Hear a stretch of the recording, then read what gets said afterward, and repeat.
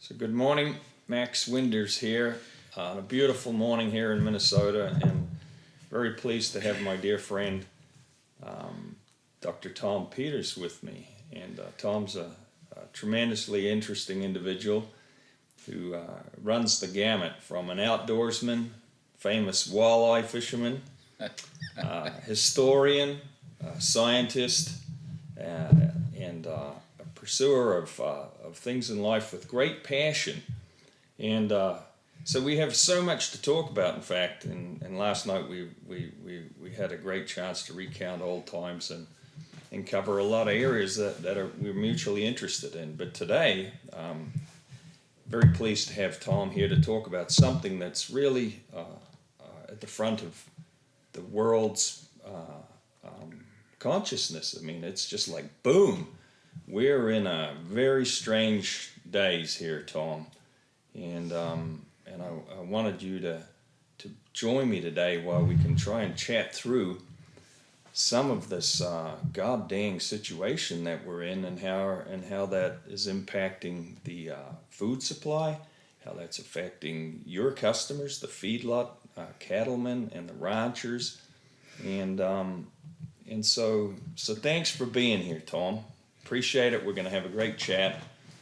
And I'm looking forward to getting your take on things. Well, Max, of course, I appreciate the accolades, but you know, our common friendship, as long ago we were introduced, we stumbled onto each other, and the accolades that you've assigned me are very complimentary, and the same with you. I consider you a tremendous historian and such a well-read person, and so our friendship has gone from teacher-student long ago to colleagues, confidants, and our discussions are often about not only what are the problems, but what are solutions to problems, right? And I've always admired your ability to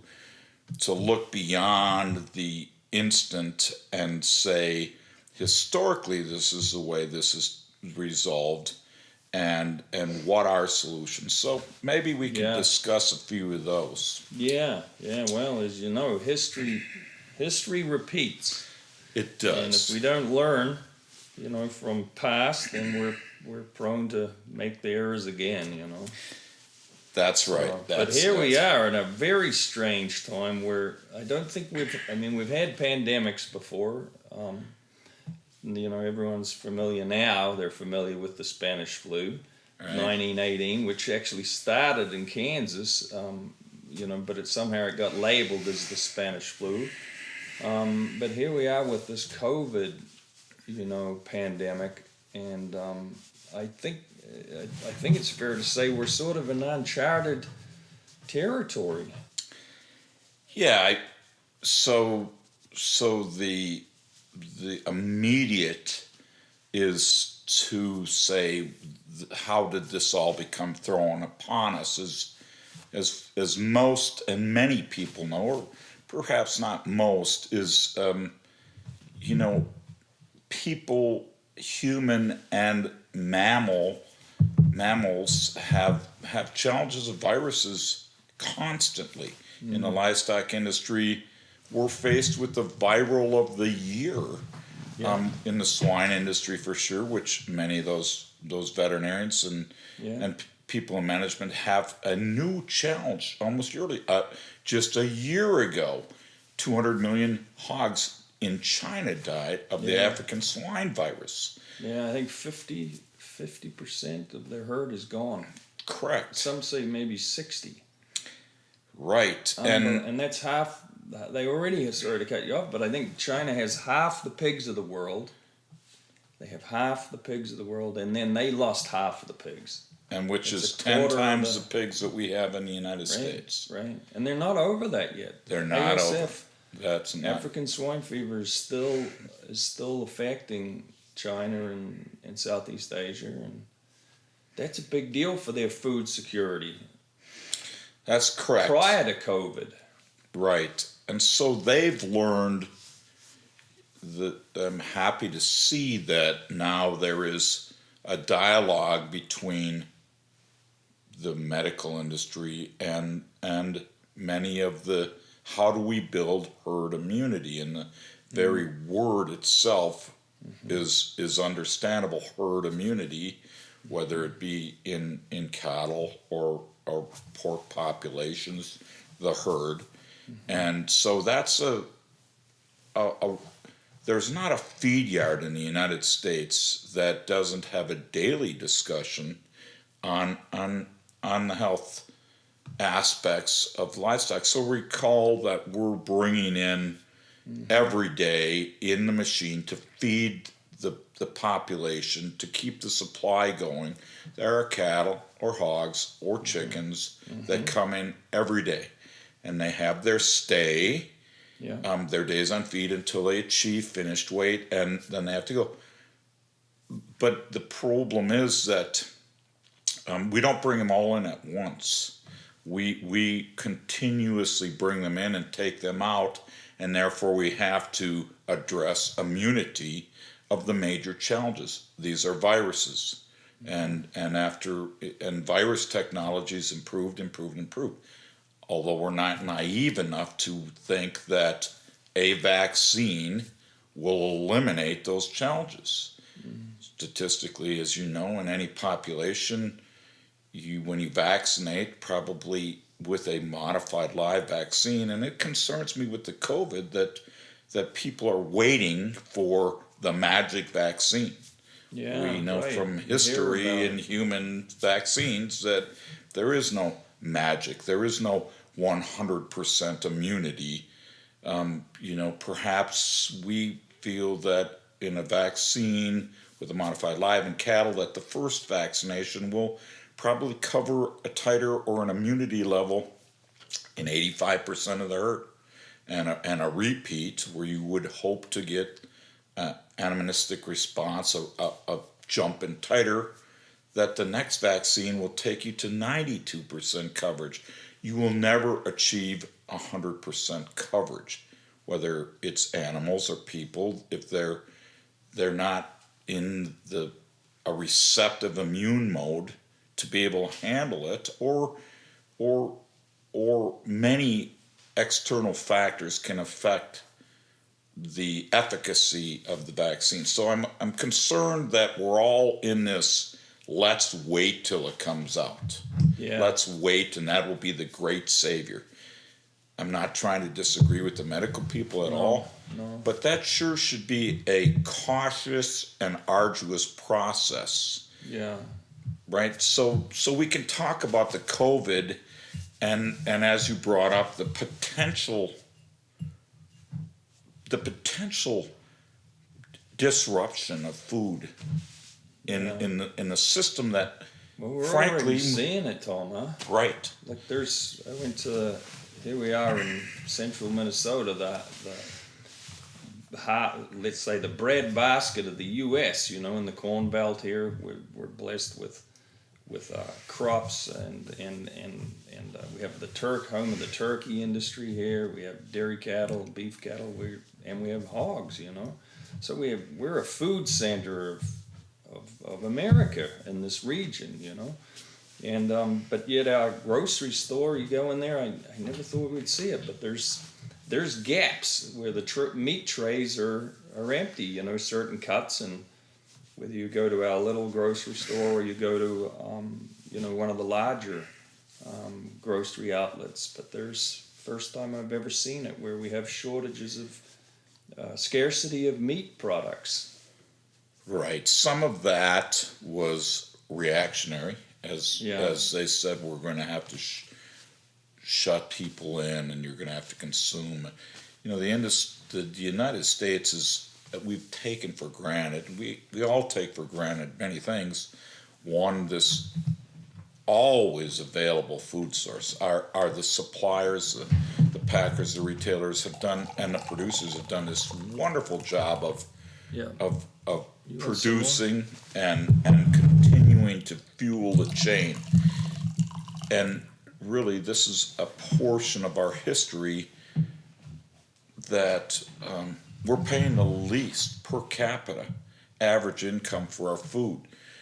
If those people that dine at home, which now they're all forced to, it's somewhere between 7 and 10% of of the average income spent on the food dollar. When you include the HRI, the hotel, restaurant, or the restaurants, people dine out a lot, it's 15, 17%. So part of the scramble on the food disruption originally started in shifting from a great portion of this supply that was going to restaurants, which were suddenly closed down. Yeah. Gosh forbid. And now, okay, it's got to be to the retailer. I think the thing that is the most disappointing is, as I've watched in the drama of this and the 24 constant news cycle, I think, we're 3 generations removed from the farm. And people, there's still, disappointingly, a lot of people who realize, although the supermarket's an important part, food's not made there. No. Food is made way, way long ago. Cattle are born 2 years plus previous to that, and then they're fed properly and cared for, and then they have to be harvested, and then obviously pieced up. Same with pork, chickens, etc. And so this is a chain that is constantly being filled and constantly being turned. And so the disruption of all of a sudden, how do we get it to all the supermarkets instead of a higher percentage going to the restaurants? Caused it a temporary delay, right? Although is that part of the that disruption that you talked about, like schools closed down, right? Well, there was school lunch programs, and they consumed a certain packaged stuff and dairy products. So we hear about dairy farmers in the Midwest here. I don't know if it's in California or Idaho, New Mexico, but certainly in the Midwest, there's dairy farmers. The process of the milk process that they were selling to can no longer take all of the milk, and so the tragedy is dairy farmers are dumping milk at the farm because there's nowhere to go for it. But ironically, or the cruel irony is, consumers, want food, want milk products, but here we have a tragedy of the. Is that part of this disruption of? Sure, absolutely. The the intent. We were more specialized, and so there's dairies that produce just for the cheese product, the cheese market. So yes, and so you like said, the school lunch program, milk consumption, that was taken off the plate right away. But the where producers are actually dumping milk, which is a very common thing all across the United States right now, it's because the processors, the cheese manufacturers, the transport chain, the delivery chain is not there, and that becomes a crisis mode, right? You have to milk cows every day, 2 or 3 times a day. You can't shut them off. You can't shut them off. So nobody wants to have their product disposed of. That's their livelihood. Yeah. And they're watching it go down the virtual drain. Yeah. Right? Yeah. I can't imagine how freaking disheartening. I mean, that must be. Yeah, I think the dairy industry is really. We're in this conundrum where in the early 2000s, the whole United States grasped the concept of we don't want to be energy dependent on the rest of the world.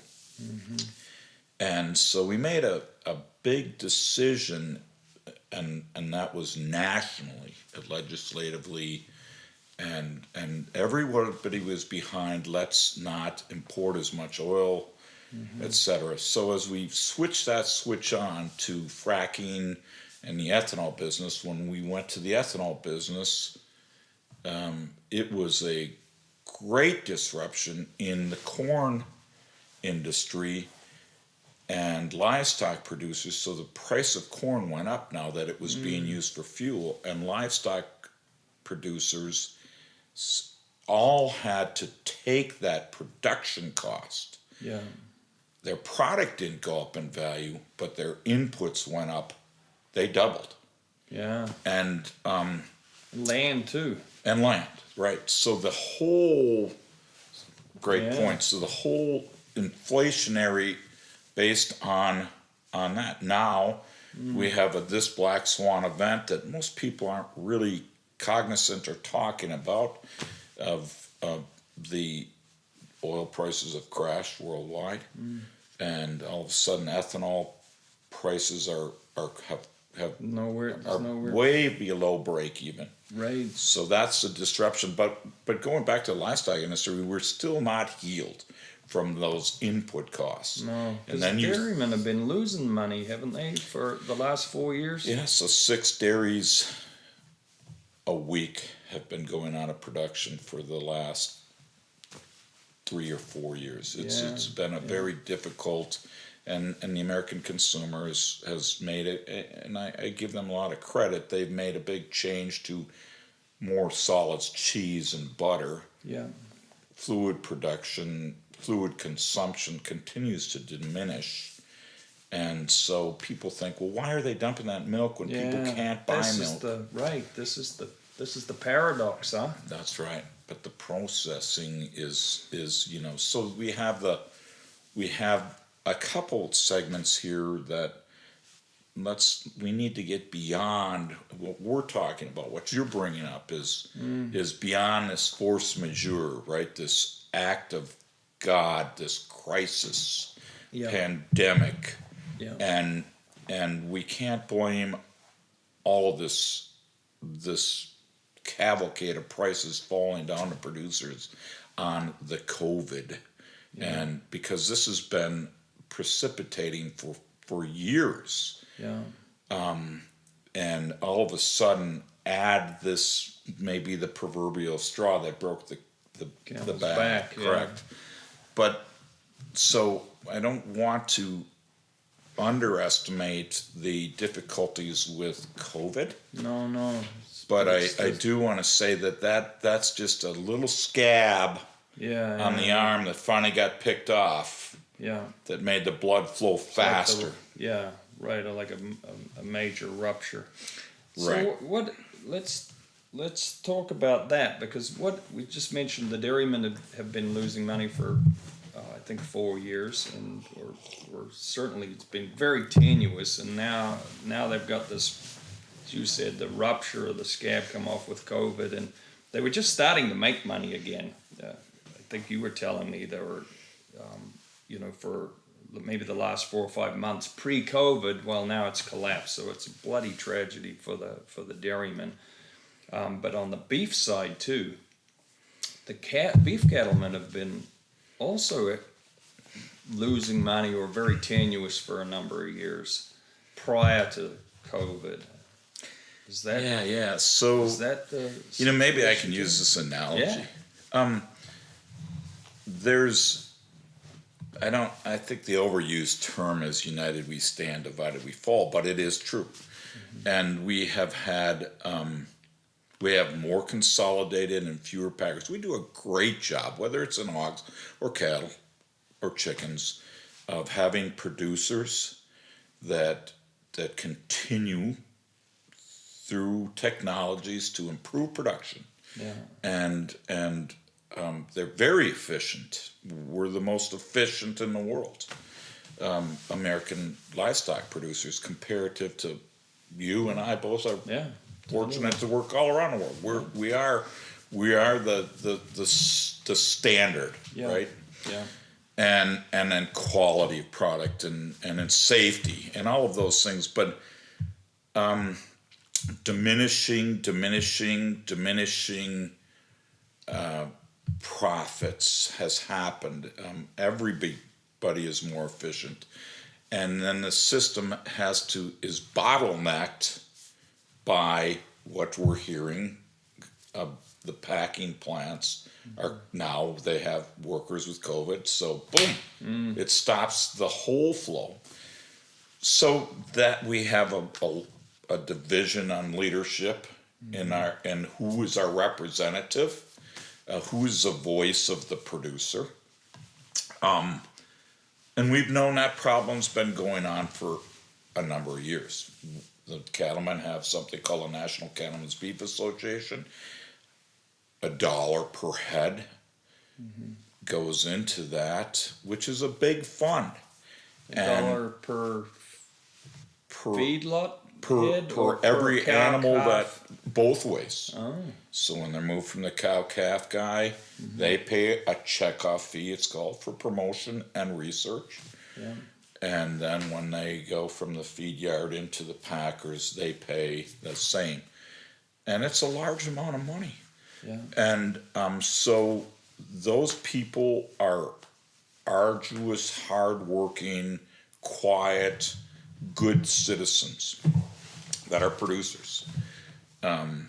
Still many of them with the perhaps colonial belief that if you keep your nose down and work hard, that everything will take care of it. When there's a discrepancy, a problem in the system, they would expect that money, that checkoff money, to say, hey, listen, world, we have this problem, and here's the problem. So we have some problems, which I hope we're going to chat about, and I'm sure we will, but we don't even have a great representation. And the operative word here is great. Some people even say, do we even have good representation? And now it's squelched into the states, who generally, every state has a state's cattlemen's association that pays to the mothership, the National Cattlemen's Beef Association. I've been a member for many, many, many years, but even the state organizations are now becoming very discouraged, right? Come on, world. Shout to the world, why do we have this backup? Let's not just wait for the packers to say, oh, this is the reason. Right? Where is the consumer going to hear about this? So, maybe I could use this analogy. It's probably not a good analogy, but most guys can relate to it. You come home and you take your shirt off, and your wife of 30 years says, you have a mole on the middle of your back. You should get that looked at. And being the guy, you go, yeah, okay, thanks. Yeah. You patronize your wife. Get right on that. Get right on that. Yeah. Right. So then she goes, you want me to circle that when you go to the doctor's office? And you go, what are you talking about? Yeah, no, I'll tell them. So then, a year later, your wife looks at that mole and she says, it's grown. What did the doctor say about that? Oh, honey.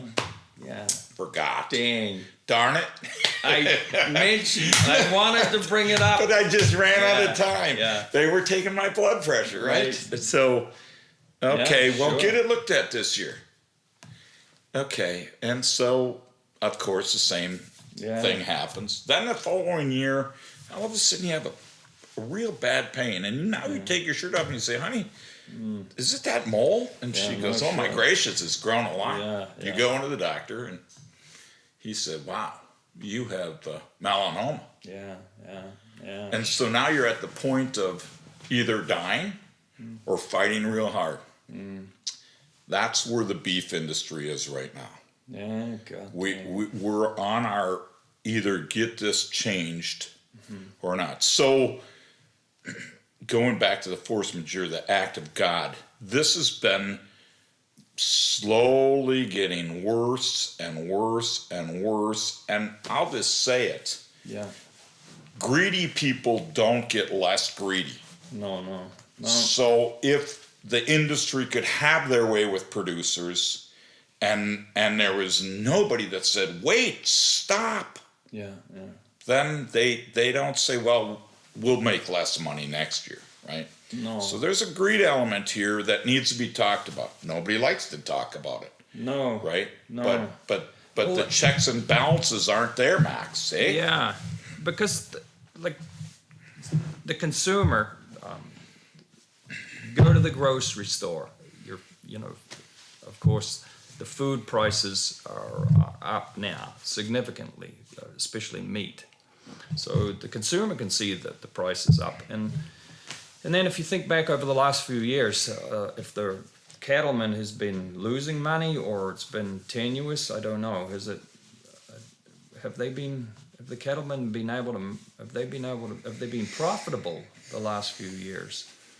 Or has it been touch and go? It's been touch and go, and again, we're still vulnerable, as I talked about, from the rise in our input costs, and we have ever increasing environmental regulations, which is great. We're willing to accept most of those, but it adds to your production cost. We have the same thing when we had low unemployment. It's very difficult to get people to come work 24/7 in the elements, right? So we, like most businesses, had to increase those wages and continue to increase, and that's fine. That's part of the deal. But seeking the price discovery, I'll give you a great example if you don't mind. Beef in the store right now, that we had a great profitable year 8-9 years ago, where the finished cattle price was $1.55 to $1.65 per pound of live animal. And retail prices for the consumer was high.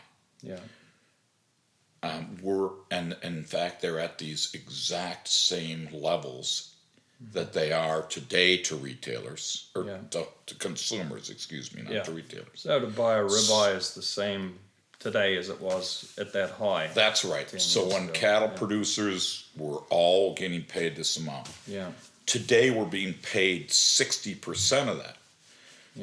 The producer. The producer.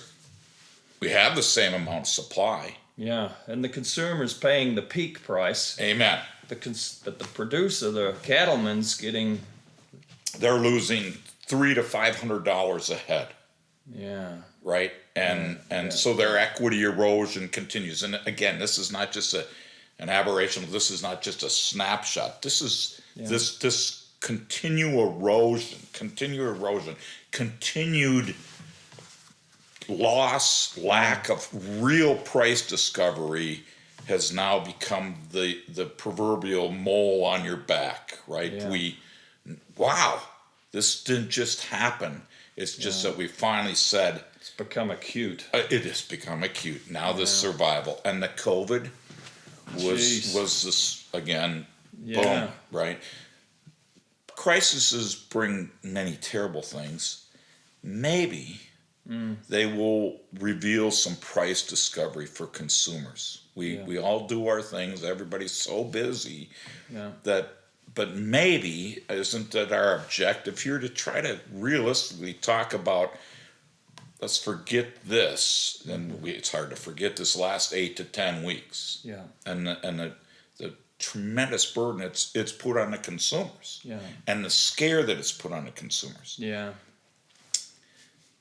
Because, starting in the 2000, when we listened to Creighton's The World is Flat, production of all meats can be brought in, and they are, from other countries. And we're producing a USDA Prime Choice Select, etc. That's a commodity. And basic economics, everybody's taken, knows that commodity production is generally a break-even venture, right? You're going to have... Certainly economies of scale. Amen. So what's your critical mass? Big and cheap. What's your critical mass? So we have grades, right? That when I say grades, so we don't want to overproduce fat, but the United States producer makes a grain-fed product in the beef industry. Fat, intracellular fat, adds juiciness, right? Yeah, Flavor and taste. juiciness, Yeah. right? Taste. Yeah. And so we're the world standard. Yeah. You and I have people Yeah. from all over the world that come Good. here that produce beef, right? Absolutely. I have people from Ireland, Yeah. Brazil, wherever, Yeah. that come here and they're producers. They're large producers, Yeah. and Turkey, wherever. And you say, well, while you're visiting here these next 5 days, what do you want to eat? Yeah. Then they'll say, well, we want to eat U.S. beef. Yeah. We want to have a steak tonight. Every night. And then tomorrow night, well, what do you want to eat? Yeah. We want to eat steak. And it's not just cattlemen from around the world, Right. We have guests from everywhere around the world, come here and for you too, you're hosting them and you're friends with them, but that's what people want to eat. Come here when I want to eat a great steak, right? So it's the iconic standard of the world. Right. U.S. beef, U.S. ribeye, U.S. T-bone. That's it. And this is we were chatting earlier about this sort of a crazy situation that we're faced with here in the U.S. at the moment around labeling, country of origin labeling. And you were explaining it to me, but I didn't realize that beef could be bought into the U.S. fresh beef, and it could be repackaged here. You'll correct me if I'm wrong, but as I understood from us chatting, it could be repackaged. And here. it's inspected. It's inspected by USDA health inspection or something. It comes in here, it can be repackaged, and then it can be marketed to the consumer as product of the USA. Yes. Even though that animal never lived in the USA, never Never had a hoof here. never had a day of life here. That's correct. And yet the consumer, and I think this is really important. We have so much to talk about actually, but see, this is the problem. You go to the supermarket. Beef's so iconic for the U.S. and for the U.S. consumer as well. It doesn't even enter your mind as a consumer that the beef would be from anywhere else in the world, because it's like coal to Newcastle, right? Why the hell would you be hauling coal to Newcastle, which is the home of coal mining of the world, right? Right. You wouldn't do it. Right. So it's like the consumer is not only naive, he's completely unaware that the possibility exists that imported beef is coming in and it's on the shelf for him to buy. It doesn't even enter his mind that this might be coming from a different country. And yet it is. Some of it is, I guess, coming from Brazil is the one most talked about, and maybe some other countries, and of course it's a lot cheaper there. We were chatting, maybe 35 to 40% less costly. So they're bringing it in and mixing it, but certainly it's eroding the U.S. raised cattle, sold cattle price to the consumer, because, well, it's cheapening the whole thing up. Is that a fair statement? It's diluting the supply. It's diluting, right? Right. So this can be held against the American producer by these large packers saying, well, we'll just bring it in, and that'll keep you guys quiet, right? This is our go-to. I'm not a protectionist, nor are you, and so free market trade is fine. Yeah. But we don't put. I think most consumers are pretty smart. American consumers, I think, are very smart, and especially I'll be complimentary of the youth. Yeah. They want this. They're more concerned about this. Where's my food produced? Yeah, that's true. What is put into my food? What's it subjected to? And we become very accustomed to the safest food supply in the world. Mm-hmm. Our inspection system. Mm-hmm. We have very few food illnesses, and generally most of the food illnesses occur from the processing end, right? When it's at the restaurant or at the right. So it's all inspected. You know, I hear this term, well, we want antibiotic-free meat, and I go, well, all meat is antibiotic-free. Right. It all Right. is inspected in the United States. It can't have antibiotics in No. it. So why would you put that label on when the USDA standard says you can't have antibiotics in your meat? Yeah. Correct? Right. So, you know, we like to get on these dramas about this crisis or that. Nobody's trying to pull the wool over any consumers. No. We have a safe food supply, and I wouldn't feed it to my family, nor would you if you didn't believe that. Right. I'm a little hesitant in other countries. I really am. Yeah. When you're dining in other places, we are, right? Is their inspection system as good? Yeah. Is it as clean and safe and efficacious? So, but anyway, the problem is, if you want to have a sustainable agriculture, right? And remember, in the United States, livestock consumes 54% of all the crops grown in the United States. So now the immediate implications are we backed up hogs, we backed up chickens, we're dumping milk, we're backing up and breaking our producers in the beef industry. So is that going to trickle into? It doesn't take a lot of forward thinking to know that that's going to have a severe impact on grain prices, which will have a severe impact on land values, right? Yeah. And so, again, the straw that broke the camel's back, this has been slowly eroding for years, and now, unfortunately, some of the guilty parties, and I'll just say the guilty parties, that are gouging. And that's the word that we need to use, right? I mean, I know there's people out there getting all dandered up that are in the industry, but the gouging that goes on, as this gouging is happening in the food system, and they can say force majeure, this is because of the crisis. And again, it doesn't make sense. We're going to come back to a couple of things. One is the labeling. We're going to come back to the labeling issue because I think it's super important.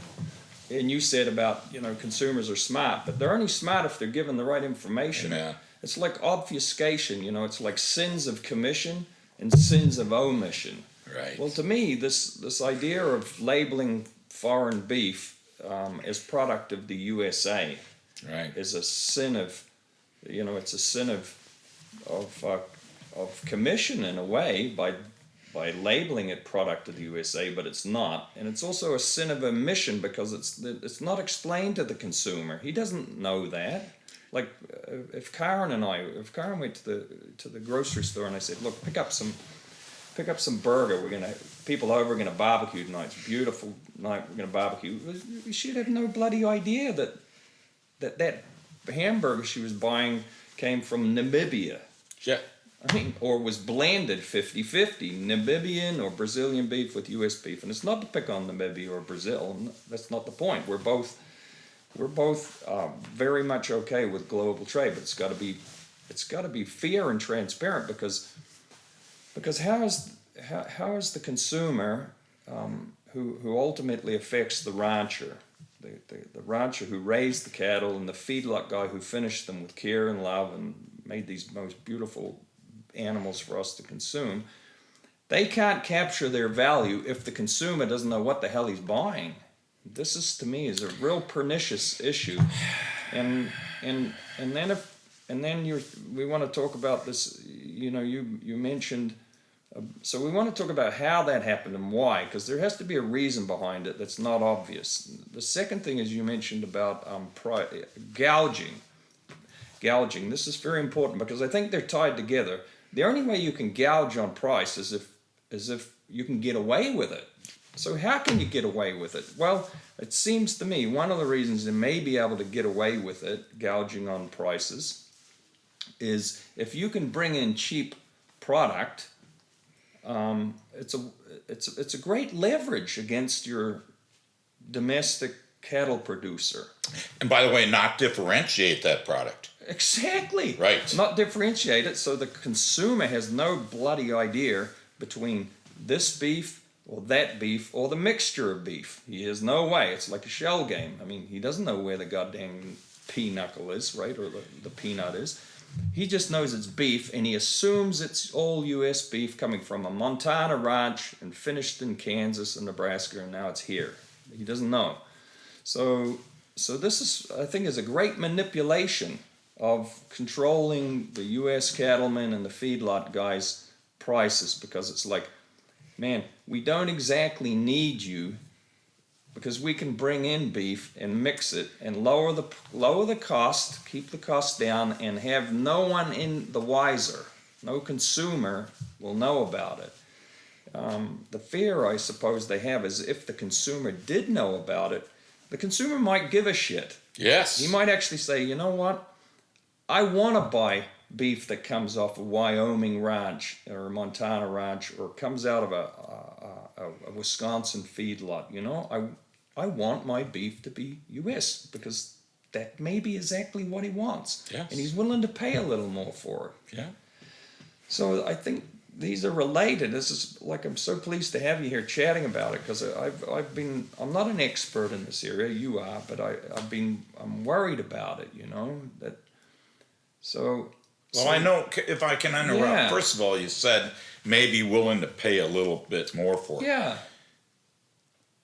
And that this is, you know, give or take, but perhaps the word should be he's willing to pay less for the import, right? Right. It's not about adding to the price. It's about detracting from the price of the stuff. It's about a differential. That's correct. But the differential, I don't want the impression that if you're going to buy U.S. beef, it's going to be that much higher. No, that's a good point. We just doesn't have to be. We want fair pricing. Yeah. Right? I like that. That's fair pricing, fair trade. Right. That's good. Right. So we chatted this morning early. By the way, Tom likes to get up at 3 a.m. Sleeps like 3 hours a night. I did not today. Yeah, but great bad day. Yeah. We also did. It was fun. We did a little canoe trip yesterday, Yeah, so we had damn a little right. tired. Yeah. And we didn't tip in. We didn't tip in. Didn't have to swim. Yeah. So we have this situation where we have the packer in the U.S. is all of a sudden he's on the news. Otherwise, no one even knows about a packer. Right. And I mean, the consumer doesn't. But he's on the news every channel now because COVID plants are being closed. I think there's 9 slaughter plants or 11 closed in the U.S. today. And so COVID, the workers, by the way, those workers, that's, they are frontline people doing a hell of a job keeping the world fed, through this. And they're not paid a lot of money. It's horrible work. You've been in countless slaughter plants, and I've spent days in a variety of them, poultry and pig and beef too. But that's bloody hard work, and those people aren't they need a shout out. I mean, for the work they're doing, keeping us going. So the Packers in the news all of a sudden, but what he hasn't been in the news for is we were chatting. For about 5 years now, the packer has been making huge profits that are not related to, and you showed me some data on this, but they're not related. They don't track with the price that the farmer is getting, and they don't track with the price that the consumer is getting either. They seem to be independently tracking at a very high level of profit margin, and these numbers are available, actually. There's readily available every day. Like a weekly report or a daily report. Daily report. Okay, so the data is available, freely available, but I don't think cattlemen know about it, but the consumer doesn't have any idea about how much money the packers are making. And we could talk about that. I mean, is there such thing as obscene profit, or is all profit good? The market will bear what it will bear, and that's just good that's good market economics. That's fine. But what is funny is that at a price where we see cattlemen losing money, we see the consumer, if we go to the grocery store, we're paying the highest for beef or meat at the moment that we've ever paid, let's say for many, many years. Let's say it's a record. So the cattleman's losing money. He's getting like the lowest money he's losing money. The customer, the consumer's paying the highest money. And the packer's making what it looks like to be the highest profits he's ever made. So, what the hell's going on? Why is the producer not getting any of this benefit? Yeah, so let's go back. This is not new, as you know. We had something called Packers and Stockyards laws that we looked at this few packers in the business almost 100 years ago, correct? Right? Yeah. And they happened to be different players at that time. Yeah. They controlled by price fixing 65-70% of the cattle, 4 majors. Here's the difference at that time, and it doesn't take a lot of your great history. Back in Teddy Roosevelt's era, right? Correct. 1902, 1906, somewhere in there. Correct. Okay. And we started looking at there was this cry from American producers. Now remember, a lot more people made their living. They were a lot bigger voice as a percentage of the population. Oh goodness! Right? Maybe 80% of the whole U.S. right at that time was in rural America. And now less than 2%. Correct? Yeah. I think even 1%. That's right. And if you really look at food. livestock producers, it's an incredibly small. So they don't have the voice. Yeah. And the voice can be quieted, squelched by the market, by people, pack money, lobbying. Sure. Shut up, you're just a producer type deal. But that aside, at that time you had beef packers and you had hog packers and you had poultry packers, and poultry wasn't as big a deal. So it was basically against pigs and beef. Yeah. And since they're different proteins, if the price to the consumer got out of line, got too high, he'd say, I'm going to eat more pork, right? And so there was price discovery for consumers there, right? That kept it in check also. Even though that these packers they said, hey, you guys, you can't hold these producers hostages. The price discovery to the consumer, he had a mechanism to say, I'm not going to eat. Unfortunately, 100 years later, different names, same thing, only a higher control of the chain. And guess what? Those same, and now poultry is a bigger portion of the mix. U.S. poultry consumption, whether it's turkey or chicken, is the fastest growing protein. Right. So now, many of all 3 of those proteins are owned by the same.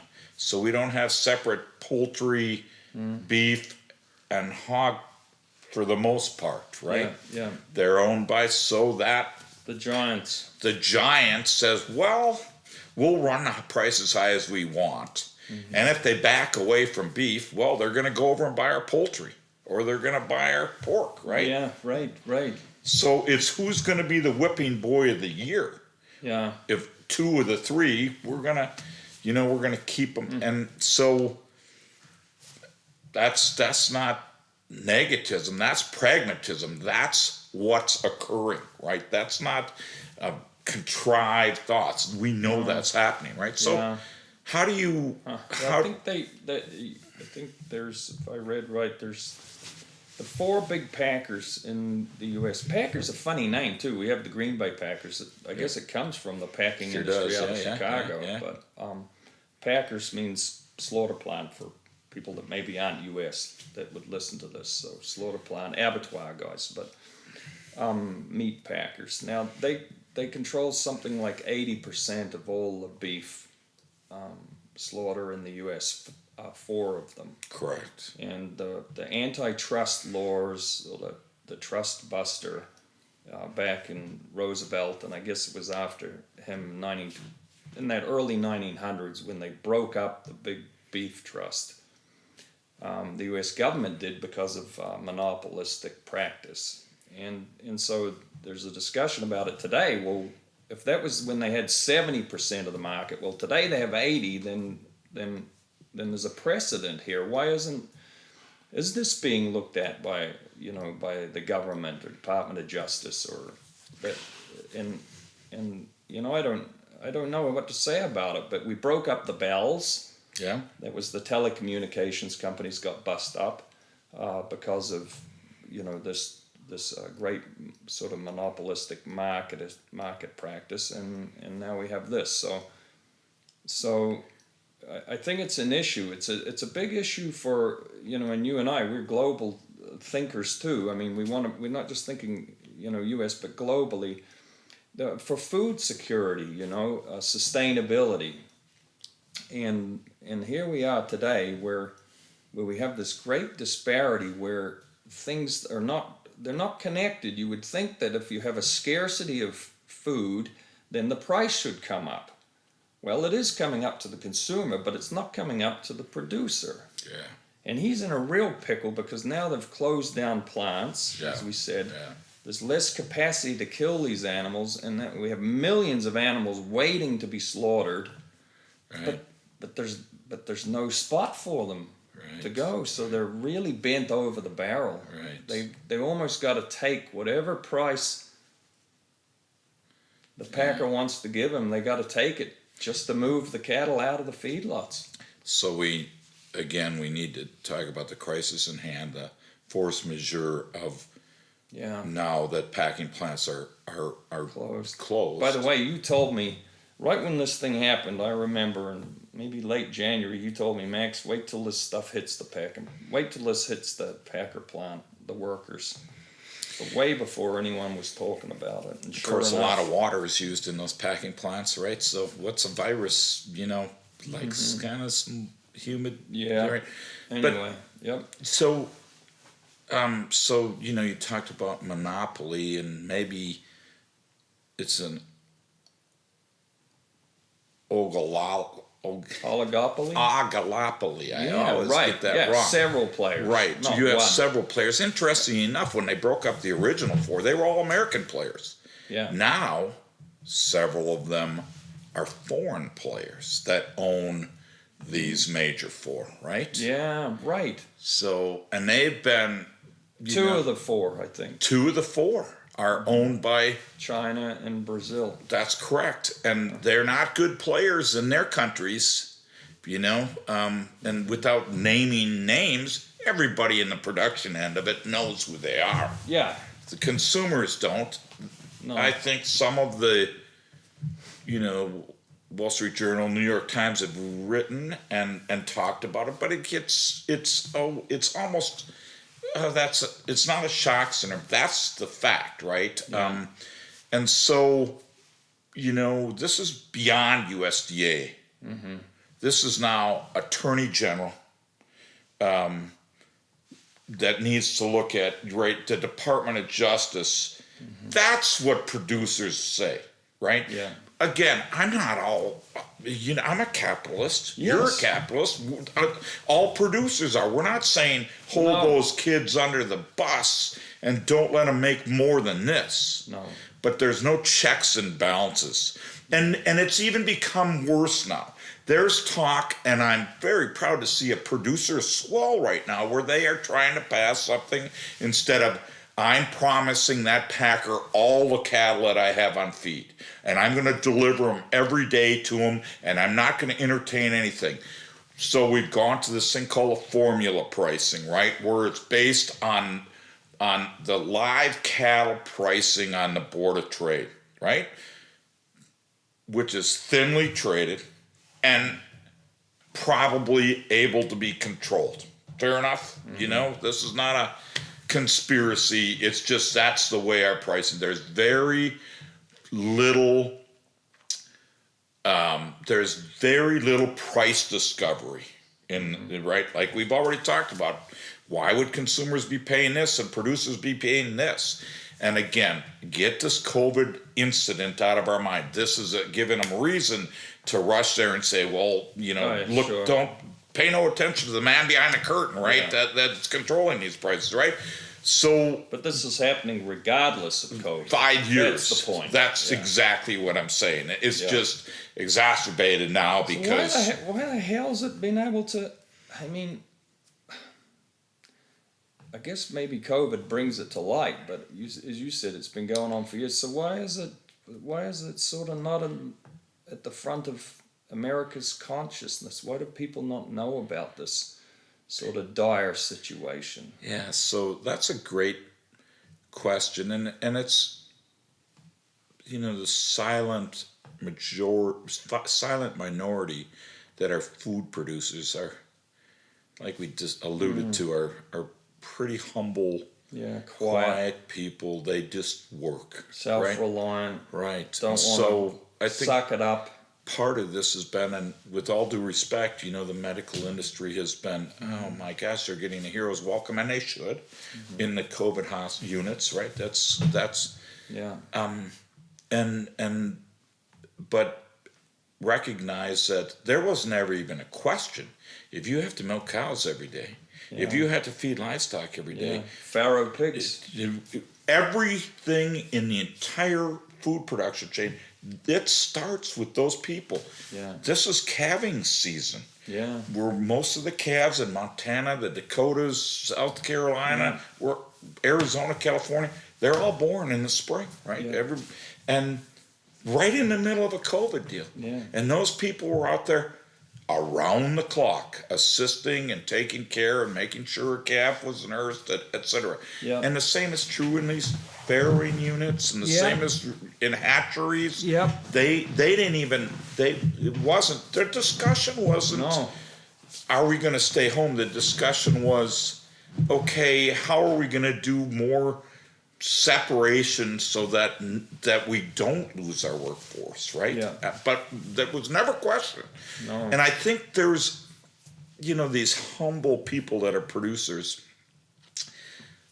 even are a little breathtaking when all the television every day said, make sure you take these heroes in the hospital, which again, I'm not disappointing. Exactly. And then these hero supermarkets that are providing it, and even the hero truck drivers that are delivering it there. Yeah. They didn't go back to the heroes in the packing plants. No, right. And the heroes that are raising them every day, that bring them from conception to consumption. Yeah. All these, name whatever brand of TV station that we all are drones and listen to all day long, and they said, boy, gee, thank you very much, Mr. Truck Driver, and I agree. Yeah. But they brought the final product to market. Yeah. They didn't spend the last 18 months raising the animal. Yeah. Or 4 months. It depends on what the animal is, because they had shorter, different life cycles, right? Yeah. So I think that's like, you know, okay, you don't get recognized for your, you know, we don't even get an achievement ribbon, right? Participation ribbon, right? Like in 2020, hell, everybody's a player. We don't even get recognized. We're on a team. No. Not even the water boys, right? Well, I think finally it's, you know, in the last few days, it's finally the and I was talking to my friends in New Zealand and Australia and also over in the Netherlands as example, but they've all said, you know, one good thing may come out of this, and also our colleagues in Brazil and Jordan, so, you know, we have contacts around the world, but they're all telling me, you know, he makes one positive thing out of this COVID is that maybe there's a conversation now in these different countries about how important farming is, and farmers and food production. So maybe, you know, just recently they're starting to get some recognition, but otherwise you're right. I mean, but they're doing it regardless. That's the thing. Yeah. So I guess the gorilla in the corner to talk about is price discovery, and how do we get to price discovery, and the archaic and broken system that we have. And certainly the terms that you talk about, country of origin labeling, that's important. I think most American consumers would love to demand a Musa made in the USA. Yeah. And that, when I say made, not just inspected, but born, fed, braised, inspected, harvested, packaged. Here it is. Yeah. I think that, and you'll hear this silly and asinine, oh, we can't do that, it's too hard for the system. And I say, bull crap, right? Yeah. It's not. Yeah. It's not. It's very important. So what has happened is that, let's just take a real price example today. You could go down, if you lived in Marshall, Minnesota, or if you lived in Eau Claire, Wisconsin, or Leona, Kansas, or wherever, or anywhere. Mm-hmm. You can't do this in the big cities on the coast. Right. But we have, somebody will come to a feed yard or a cattle producer and say, I would like to buy that animal, and I'll take it down to this small processor, right? We can do that here in our town. You can do it in your town. Yeah, Isn't that right? In most towns you can. Yep. They have a facility, they can butcher cattle. Yep. Hogs. Cut it the way you want. Yep. Right? And and you can say, hey, I want you to exactly do this, right? I want 2-inch ribeyes. And the rest I don't want. That means 2 inches thick. That's exactly right. And I don't want I only want 2 roasts because we like hamburger and steak, and they'll do it however you want. That's right. And so they'll do it, and they generally charge per animal on these very small plants. They kill 10 to 20 cattle a day. They still have an inspector in. Yeah. And they do everything, but they don't have this huge critical mass. They're not killing 5,000 head per shift, right? And they generally can do it, and I can go to a lot of them, and they'll slaughter the animal, and they'll cut it to your specifications, and they'll package it, and they're going to charge you $500 a head. So you buy the animal, you bring it to them, you tell them what you want. Yeah. Now the problem is that you got on a 1,400-pound animal, you got to have a freezer, right? Yeah. Where are you going to put it? Yeah. And we used to do that. That was very common, and it's slowly dissipated, right? People, they have a little freezer up, and they want to buy. That's how they got the name locker plant. Amen. Because people didn't have the freezers at home, and they had a meat locker. That's correct. Where they would keep, and they'd have your name on there, Tom Peters. Yeah. They have Max Winders, and they have the Johnsons. It was almost like a safe deposit Schmitz, box, right? Right, and that's where you had your locker of meat, and I think that's where they got the name. And the rest of the world, we might call it a butcher shop. Yeah. But here it was a locker. Yeah. So there were butcher shops in towns. Yeah. But then there was lockers, like you say, and they've had their $500 a head. $500 a head. They'll do the slaughter, the processing, the packaging, and in that is their cost and their profit. Their cost and their profit, and they're not getting paid for the hides that go away, right? That they take off. They're not. They have to dispose of that. Right, so there's a profit margin that the big packers are able to get. Right, and the locker plant probably doesn't. He's not able to sell the liver and the heart and the tripe and that all goes. It all goes. Whereas the packer, this is a big piece of his profit. They call that drop credit. Drop credit. Funny name. Drop credit. So it's a drop. It's not the main carcass. It's everything else. So everything you drop out of it. That's right. Oh. So how much is that to a packer? How much profit? It depends. That's a daily movement on what oxtails and cheeks. What could it range? It could range from $50 to $125, including the hide. Yes. 50 to 125. Okay, so that's something that the small town locker wouldn't have. Nothing. Okay. Right? So he's making it on $500. He can do it, give or take. Right. So let's just take the point at hand right now. Yeah. The point at hand, even before COVID, but now it's exacerbated. It's just gone on. So today, the consumer is paying what cattle should, the same price as if cattle were $1.65 a pound. The producer is getting paid $85 to $1 a pound. And to show you how half, right? So, you do the $500, the number that you used that for processing, and I can go to any of these lockers or small, and versus what a whole carcass costs. So that, remember, that locker is grinding it in a hamburger and cutting it all up. Yeah, and they're doing that for $500. Yeah. And not getting a drop credit, as we've referred to. Yeah. And so I'm taking the intermediate step, what the box beef before this is all cut and ground and wrapped is. And somewhere in the chain today, there's $500 missing per head. In other words, if I take the price that the producer's getting and the price that the packer is selling it to the retail chain, which they're going to put their margins on it. Sure. And I say, okay, let's say that the big packers have got to charge $500 a head to do that, right? Yeah. There's still $500 missing from this equation that Mr. Producer is not getting paid. That's $500. right. Bucks.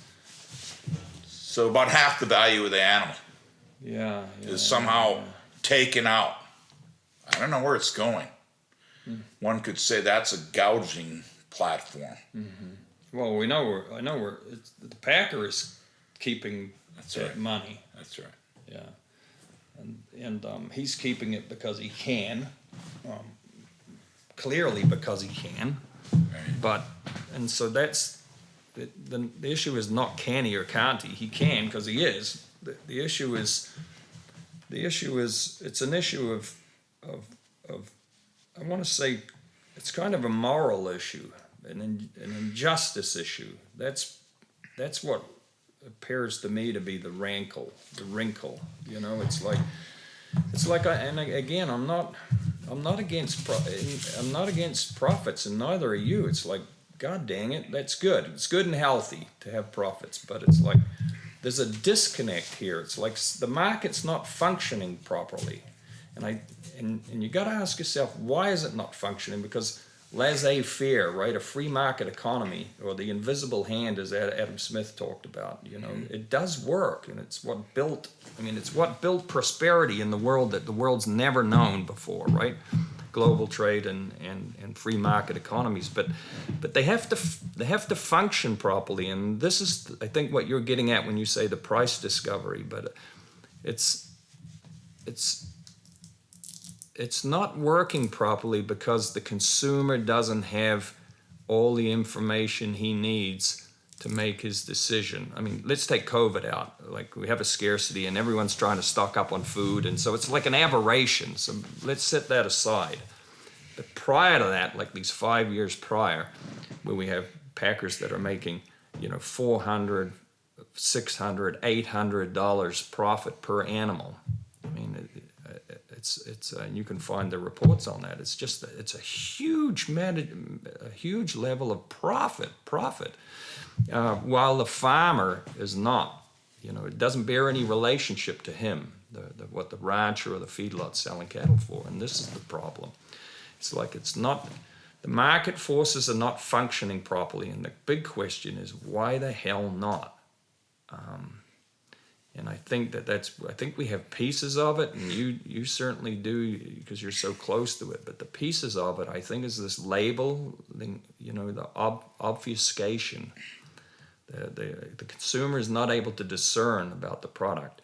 I think a second piece of it is this what you talked about is the packers, the 4 giant packers controlling, 80% of the market in beef, and maybe they control 50% of the hog market, and maybe they control, I don't even know on poultry, but it could be 80 on poultry. It's very higher, integrated. it's higher. Mm-hmm. So part of that may be their willingness to interchange between these different proteins, and they can make their money on any of the 3 big ones, or poultry, pig, beef, and they can play there and never lose out, because they're always, they're winning no matter which one you take.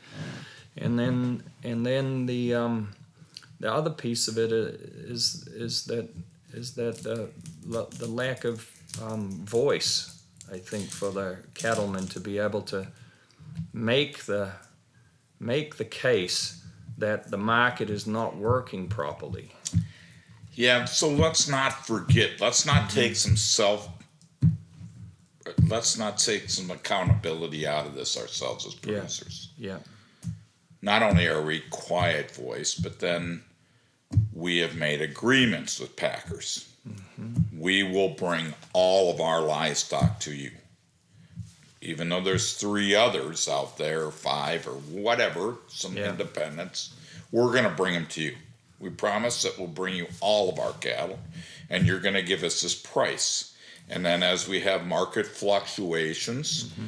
which again, commodity production, it's just a break-even. It's a very capital-intensive business. Yeah. Right. So now the driver happens to be your lender. Yeah. That says, hey, you're going to have millions and millions of dollars invested in this group of cattle. Yeah. What's my protection lending you the money to do that? And you say, well, I have this formula. Mm. So the more cattle, 80%, 70%, that are on that formula, then the other 20%, that's not free market trade, is it? How do you have price discovery based on 20% of the cattle, right? They say, well, we got all these. We just aren't going to kill your cattle, right? We're not going to harvest your cattle. Good luck to you.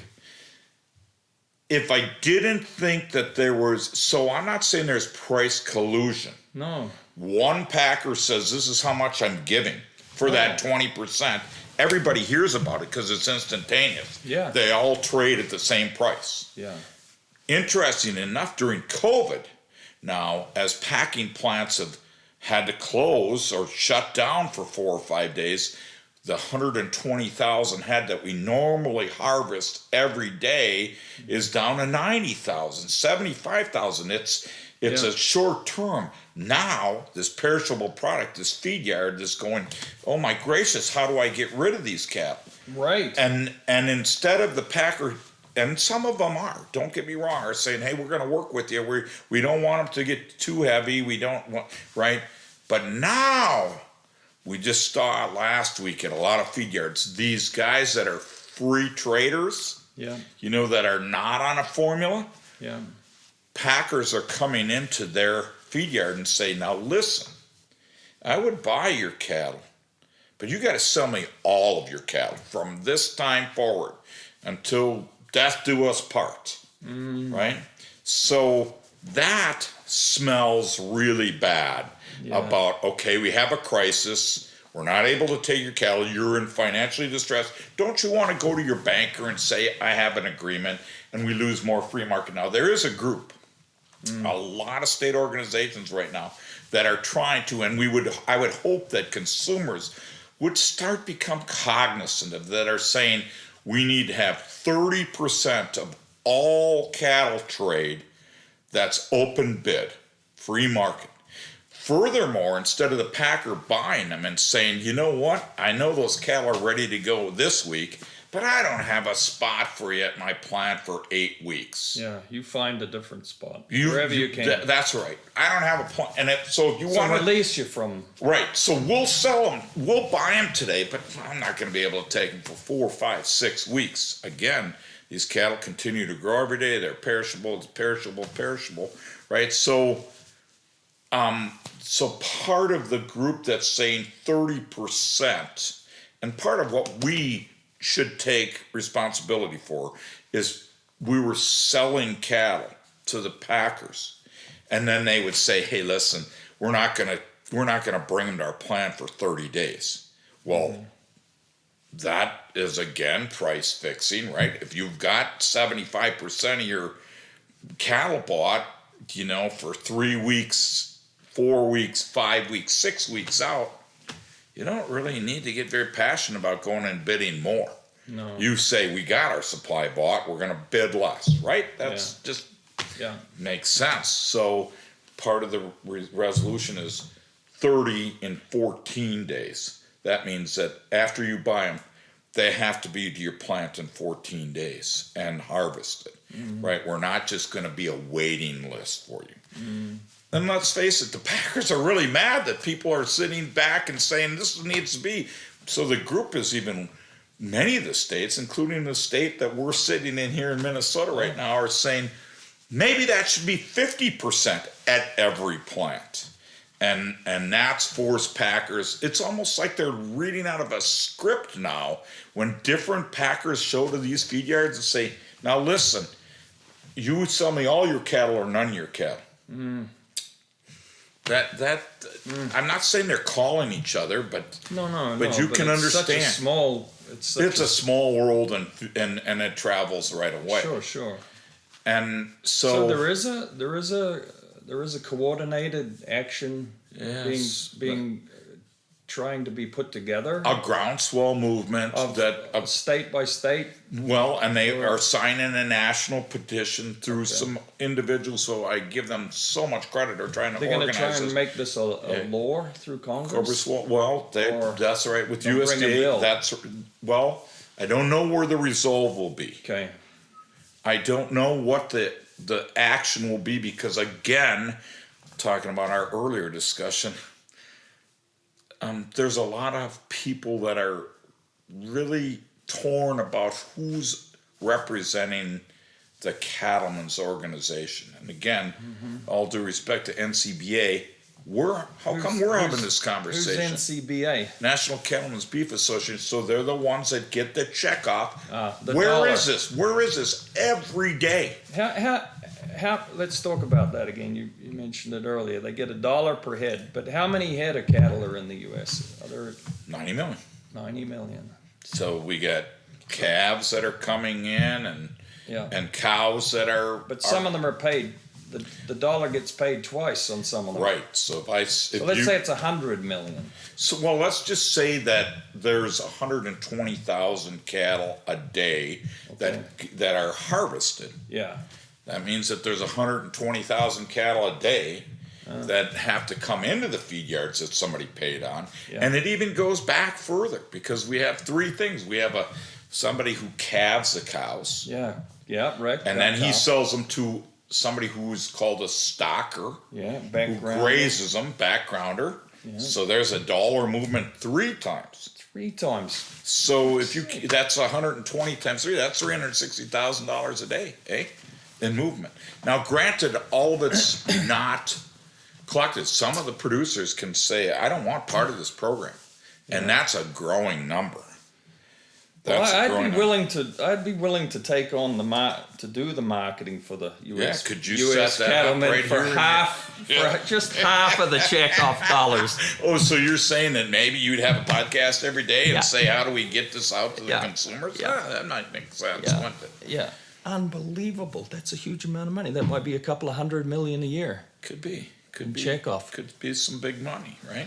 So there is a. We wanted to talk about solutions because what is the solution to this terrible situation? Not the COVID solution. Everyone's now on that bandwagon talking about slaughter plants and the tragedy of all these backed up animals. We have 1 billion chickens in the country. We have 73 million market hogs in the country. And we have 120,000 beef cattle ready to be slaughtered every day in this country. And I don't know how many turkeys we got, but we got a lot of turkeys too. Let's say there's hundreds of millions. So we have this huge amount of animals waiting to be slaughtered, and the plants are constricted because of COVID, so they can't process them, and we got animals backed up, and there's this epic tragedy that's playing out across the plains now of depopulating, euthanizing, mass euthanasia and induced abortions on swine farms and euthanasia of chickens and pigs. So the human tragedy of that, let alone the animal tragedy, but the human tragedy of having to slaughter animals that are healthy,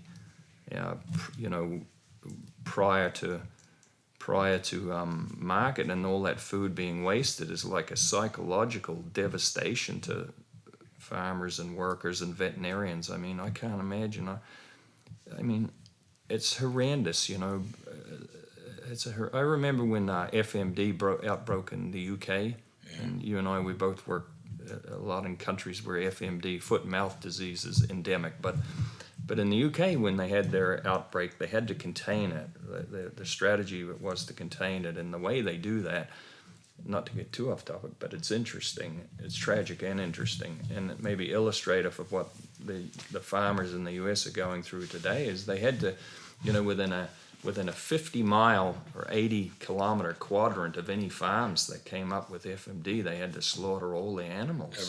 Every one of them, and you could, you'd be on a flight, maybe flying into Schiphol or flying up into Glasgow or something, and you would see the black smoke from these, fires where they all cloven foot animals, pigs, sheep, cattle were slaughtered, and many people never recovered from that. You talk about post-traumatic stress syndrome. Yeah. These farmers and vets and workers on the farms, they clinically, it's so this is the thing that maybe depression and suicide is a real unbelievable.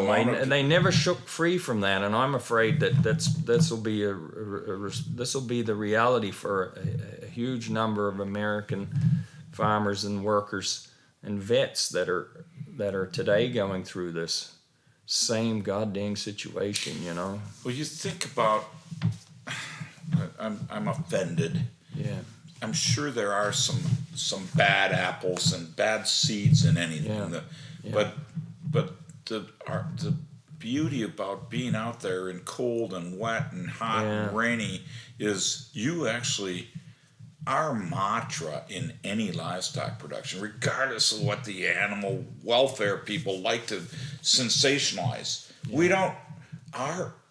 An animal, we want to treat them all like our dogs and cats. As a matter of fact, the mantra is that there should only be one bad day in an animal's life, and that's the day that it gets harvested. Yeah. Right? Yeah. They all better be good days in between. Yeah. These people are dedicated to that, so to do that and go through all those and then have the price dictated to you by something that's completely out of your paradigm and saying ad nauseum, take this, just keep taking it. This is just the way it is very disheartening, right?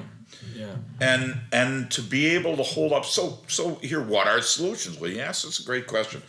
One, you'll have every time we have very tragic prices in a commodity, you got knee-jerk reaction. Well, we should brand beef. Yeah. We should brand it.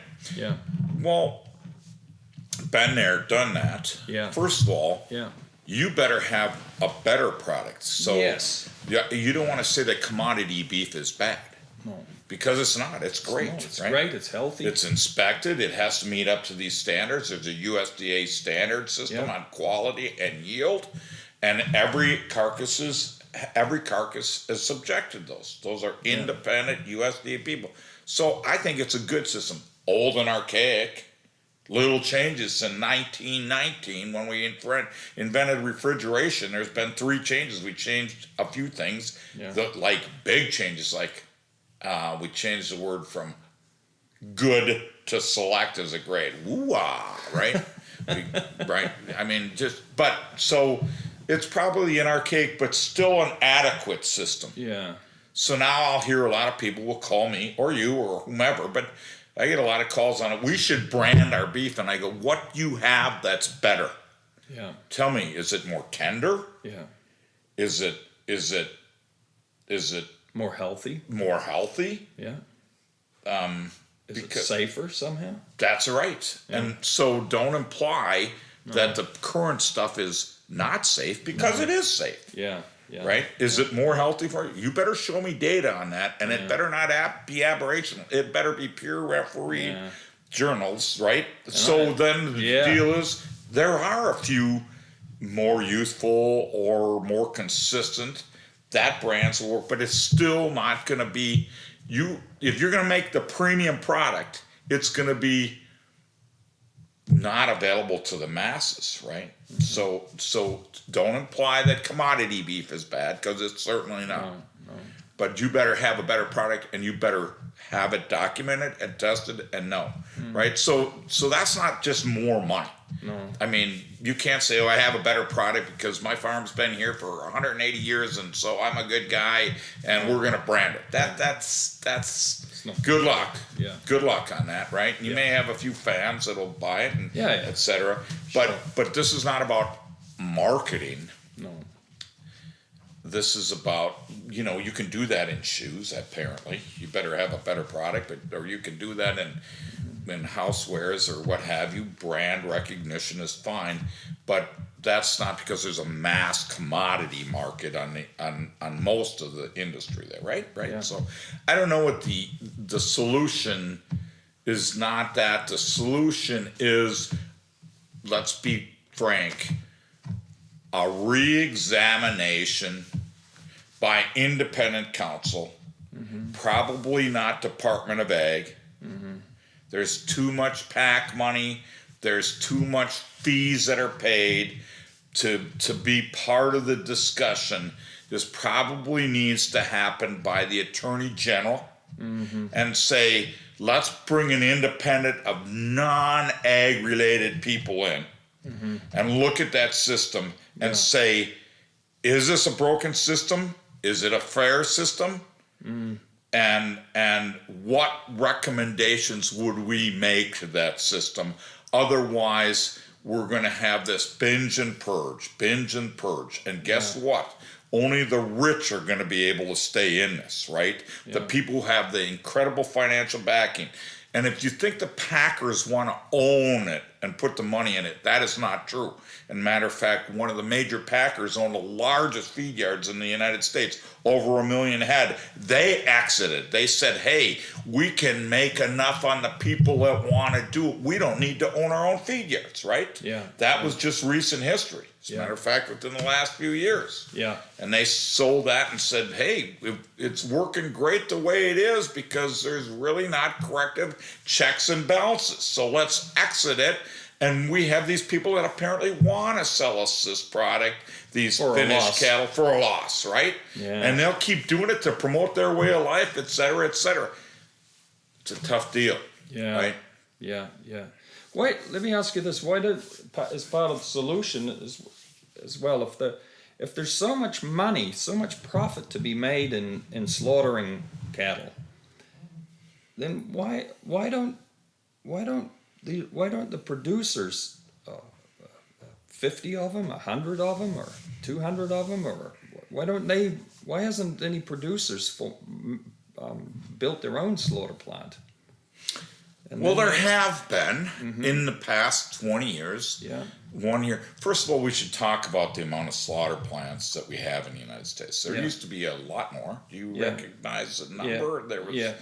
let's say 2 or 3 times what we have now, and they've Yeah. slowly been purchased think by I- the majors. I read we have just yesterday. I read it. There was that we have 8 because I wanted to be prepared. But there's 800 slaughter plants in the U.S.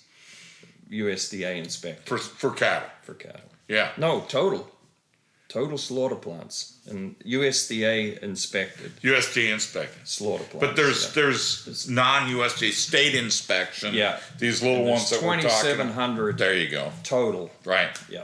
But I don't even know the difference between USDA inspected. I imagine that's the higher standard. Interesting enough, that you can't make that now. No. It's a standard. The USDA, it's a high standard. Yeah. But some of the states have circumvented and have higher standards. Oh, sure. They have higher standards. All Wisconsin was always known for that. That was that they were right, but to be federally inspected, to be able to interstate commerce, etc. Those right. Well, I think we used to have. I was reading the historic way back in the early 20th century. We had 80,000 slaughter plants in the country. It's a huge number. Right. So when we broke them up after the Teddy Roosevelt, as you talked about, we broke them up, and man, all of a sudden we had a lot of smaller ones because capitalism does work, right? Yeah. If there's profit in it, let's build them, and then slowly, whether it was critical mass or agreements between packers and retailers, hey, don't buy from them if you're going to buy from me. Sure. So it's interesting how many packers, and I'll just be candid about it, and they have an adversary relationship from not only the people that they buy the cattle from, but the people that they sell the product to. Right? I talk to the retailers and they go, "Oh my gosh, we don't like working with XYZ," but that's the way it is. So you're right. Why isn't somebody building? I don't know. That's I don't want to be macabre and conspiracy driven. Yeah. There's a book called Vicious Circles by Jonathan Whitney, who investigated his whole career organization of labor, and there's a lot of good old friendships. Sure. Let's just say that way, and why. And it's a very precise business. In Turkey, when I work in Turkey, I work with the feed yard that I've worked with. Yeah. They not only own a lot of the cattle, but they also own the slaughter plant. Sure. They're integrated. And the grocery stores. Yeah, all the way. All the way. And so the interesting thing was I'd be 3 days a week in the feed yards, and then I'd spend a day in their slaughter plant, and then a day in their breaking plant. That would be the week run there, and you'd say, hey, you need to space your carcasses out. You have the humidity's not high enough, so you have too much tissue shrink, et cetera, and they could respond and do that. And by the way, the U.S. packing industry does a tremendous job on what they do with quality, right? Yeah. I mean, it's I know it's an extreme science, and I give them. I must say that they do it better than anybody in the world, right? So good for them, right? Yeah. But that's a separate issue. I'm not inferring at all that they don't do a great job. No. And it's a very unique chain. So again, these shelves need to continually. Once upon a time, I was part of a branded beef product. Yeah. Tell us about that. Well, and it was a pretty good deal. We said we're going to produce the most tender beef in the United States, guaranteed. Yeah. Double your money back, guaranteed. And we were very successful for 2 years. Yeah. And it was with a grocery store chain that recognized they wanted consistent pricing and they wanted a better product. Yeah. And we were USDA process verified, so we paid the government to come in and inspect us on our dime. Yeah. But we didn't own the packing plant. We were subcontracting with a packer in Nebraska. Sure. Like you'd buy so many hours a day of the chain. Exactly right. As a matter of fact, on Saturdays, their chain would be for us. And we'd have to pay for labels and box changes and everything. And then the grocery store would come in on Monday, send their trucks in, and then take all these boxes, and everything worked along well. Yeah. And then just happened to be that there were there were a bunch of undocumented workers that were working in this plant, which is probably not. Yes, that's right. Every plant, every farm. Yeah, that's right. So they came in and they shut the plant down. They raided the plant. They shut it down. And in understanding and how how complete this chain is. They shut it down. They froze the meat. When the INS shuts down a plant, the IRS comes in and says no movement. And some of us that were economically had in the system had already paid the producers for those calves. Sure. And there sits the meat, and we can't move it. Right? It's a perishable item. Yeah, the clock's ticking. But the retailer said, and very understandably to them, they said that we have a break in the interruption. We can't have these supermarkets without any meat. We're going to have to go a different direction. And that was slowly the unwinding of a product that was very successful. As a matter of fact, of the hundreds of millions of dollars of the product we moved, we only had 2 people ever returned the meat. And, we had to double your money back guarantee. And we didn't know if they burned it in their grill or they dropped it on the floor. So it was documented. But that was at a time in history when the United States was on this lower fat, right? So tenderness is age and breeding and sex of the animal and all of that. So we concentrated on, let's have a select that's tender. That, again, fat is not tenderness, it's juiciness and taste, right? So there are 2 different so we had this chain and it was working well, and then the chain was interrupted. Right. So it's not, going back to your question, why don't we start these plants, right? Incredibly capital intensive. To build a plant. And then the independent nature of the producer says, really? So you're asking me not to make an agreement with the existing packers, but you want me to promise all your cattle to you, and you're going to give me what it's worth, right? That's an arduous. What if the producer is the owner, though? Well, they should be. They have to be, right? Because they've done this in the milk. I was talking to my friend Vern, they milk a couple of thousand cows, and he thanks goodness for his situation. He's an owner in the milk processor. I think it's they're doing it with pork in Canada. They're doing it with pork in Ireland. So they're doing it around. They're doing this very successfully, a co-op type model.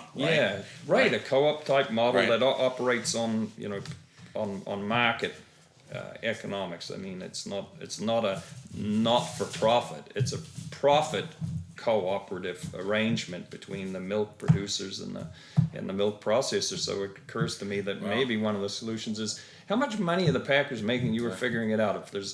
If they're making say $600 a head profit per head, and they slaughter how many a day? Say the Greenland. Say 100,000. Okay. That's easy enough math. Right?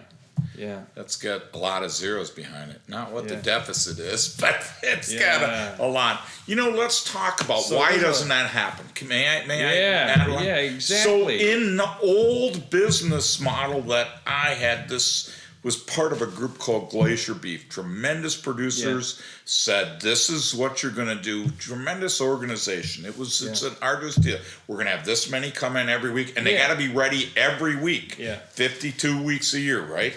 So that whole chain, and our requirements were very stringent. We had that all lined up.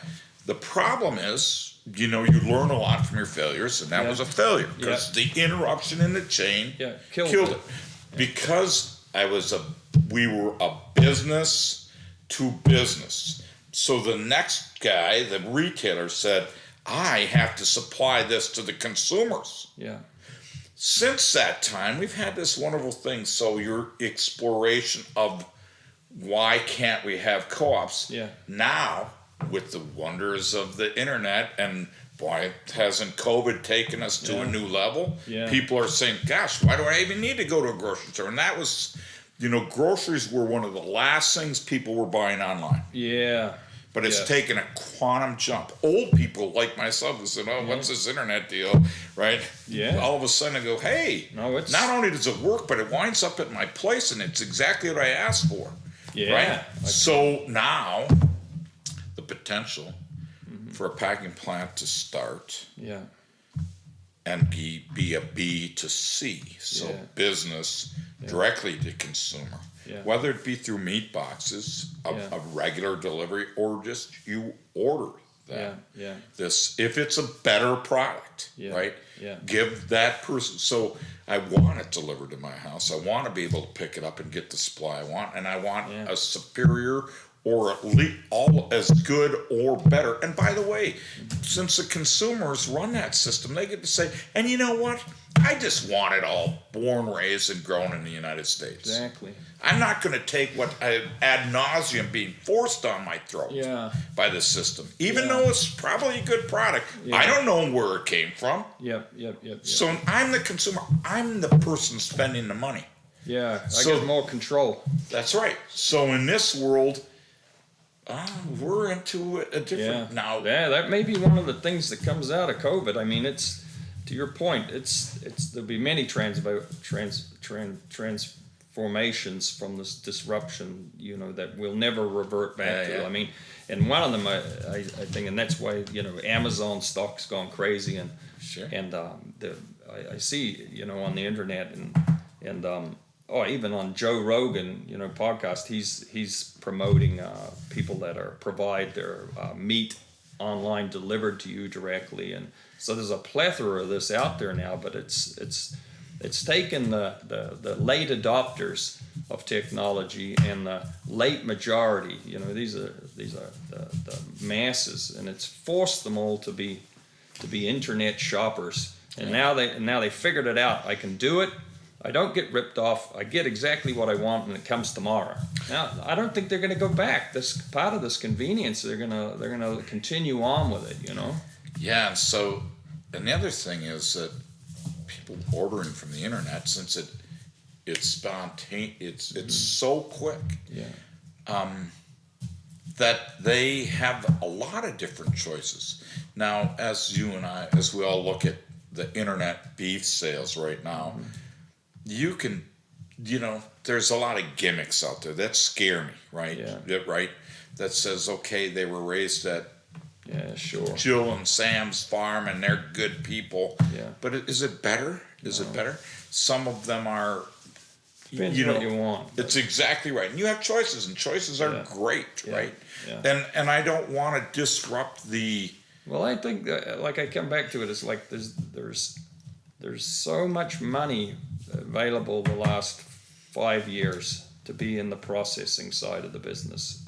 For the life of me, I can't figure out why. Because a lot of ranchers are well heeled in terms of equity. They might not have a cash because that's notorious for farmers. They're cash poor, but they're equity rich with land value and stock value. And as long as that doesn't collapse. As long as that doesn't collapse. But I mean, when you can see that there's I think we calculated there. I mean, there's millions and millions of dollars of profit. I think you calculated $7.8 billion of profit in the packing side, just in beef at the moment. But regardless, why they haven't, and they're losing, like you said, like the melanoma is metastasizing. So they're dying out there on the plains and on the northern prairie and the southern plains, and so it's like, God dang it, maybe this whole crisis will have a good thing come out of it, where maybe they'll say,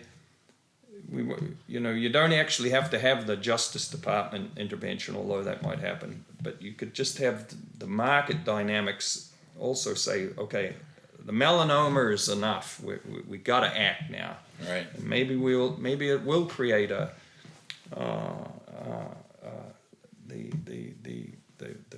building and the investment of packers that can compete,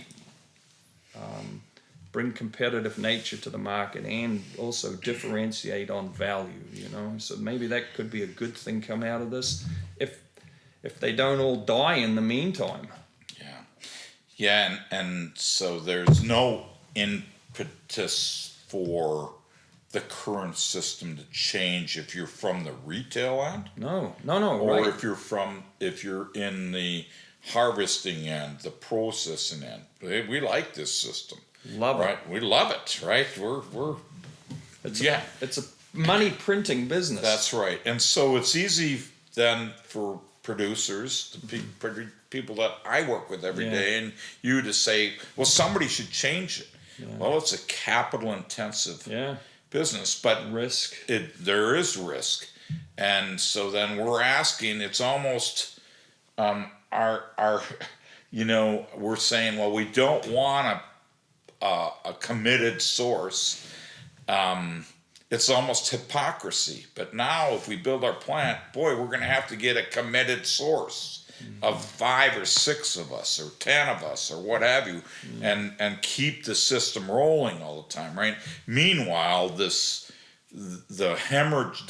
we're just continue to hemorrhage this, and we're in a very, I am critically worried Yeah.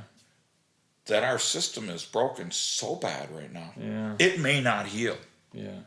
I would not be surprised to project that 25% of whether they're dairy farmers or poultry, beef, or swine producers, will not survive this. That's just a swag. It may be, I don't know one that's not hemorrhaging, just terribly. Right? There is no, and nobody's asking for that to be bailed out. That's a huge economic part of the economy, right? The cattle industry is 1.5% of the entire United States gross domestic product. Yeah, it's huge. I mean, that's like an auto manufacturer, the airlines. We're not saying that. We're just saying at least have transparency in it. We're not creating a new system. We're just saying what is right, and at least report what's not right. Correct? Fair enough? Yeah. So there'll be new systems. Capitalism allows it. Yeah. There's profit to be made. Somebody's going to gravitate towards that. Yeah. And I wouldn't be surprised if consumers Yeah. aren't going to say, we need to do this. Yeah, or maybe someone like Jeff Bezos, Amazon. And someone will certainly Maybe someone say, just say, "Hey, that's so much money. We're going to get into that," even though they've never been in it before. You never know. yeah, I don't know. yeah, Say another thing I wanted to bring up is the connectedness of the global picture. So there's a situation here where the cattlemen are suffering terribly from lack of profitability and seemingly no ability to affect the outcome of their price negotiation. They're just taking a price, okay? So that's the thing.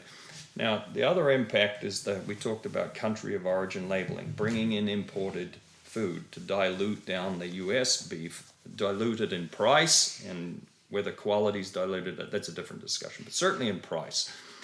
The third thing is that, everything, causing, there's a ripple effect. So if we suck in, if we start importing more food, which seems just like paradoxical, how could like the breadbasket of the world have to start importing food? But we could be. We're in strange waters now where our slaughter plants are closed down. We can't process enough meat to meet the demand. So now we've got to start importing it. And we don't have this labeling thing nailed down. So they can bring it in and you don't know where it's coming from. Actually, it's all called product of the USA. Now, where you bring this meat from also has an effect, because like if it comes from Brazil, Brazil's one of the giant meat protein countries of the world. Now, if we start sucking beef from them, or poultry or pork from them, or from other countries, Argentina or wherever it is, but you pull it out of there, now it creates a food shortage there, right? And it also creates a price inflation for that food, because now we're willing to pay more for it because we're a wealthy nation. So they will sell it to us because they can make more money by selling it to us. But but it creates inflation back in their countries, and they used to export, say they were exporting a bunch of their poultry or beef, and they were exporting it over to, let's just pick a country. They were sending it to Egypt, as an example, or they were sending it to,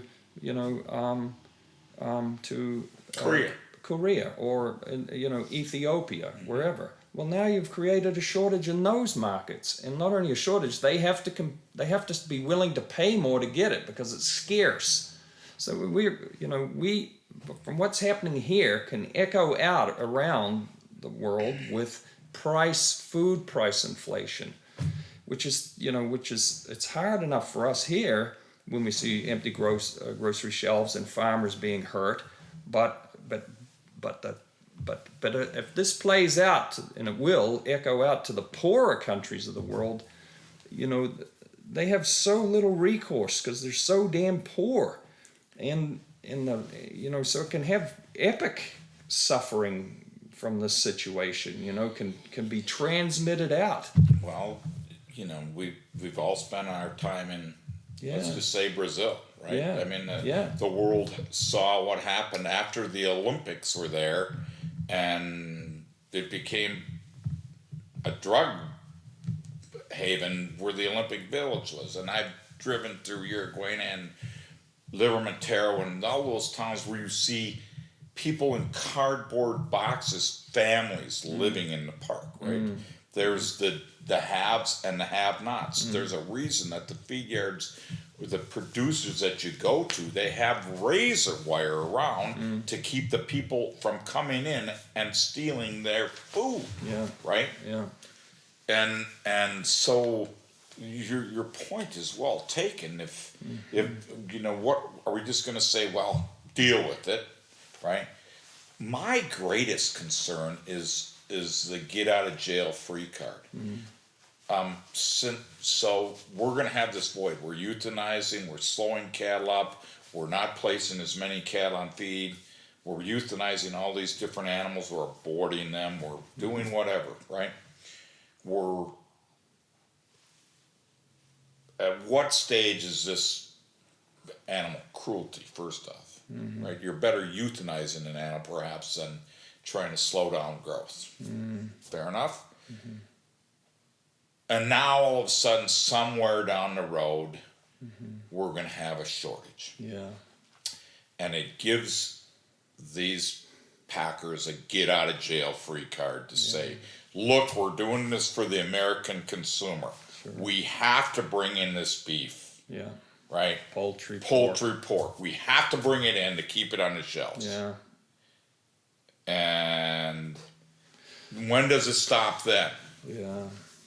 Again, I'm not trying to be a protectionism. No. I understand that it has to come, but since it doesn't say, maybe the consumer would say, yeah, instead of these high prices, now we go back into your and I discussion about paying less for that product, not more for American product, right? Yeah. Right? Yeah.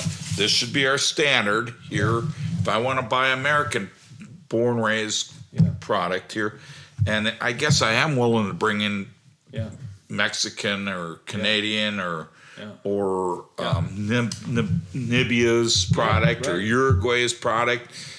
I don't know. Maybe it's something I'm willing to pay for less. Yeah. Right? Yeah, but it would be clear.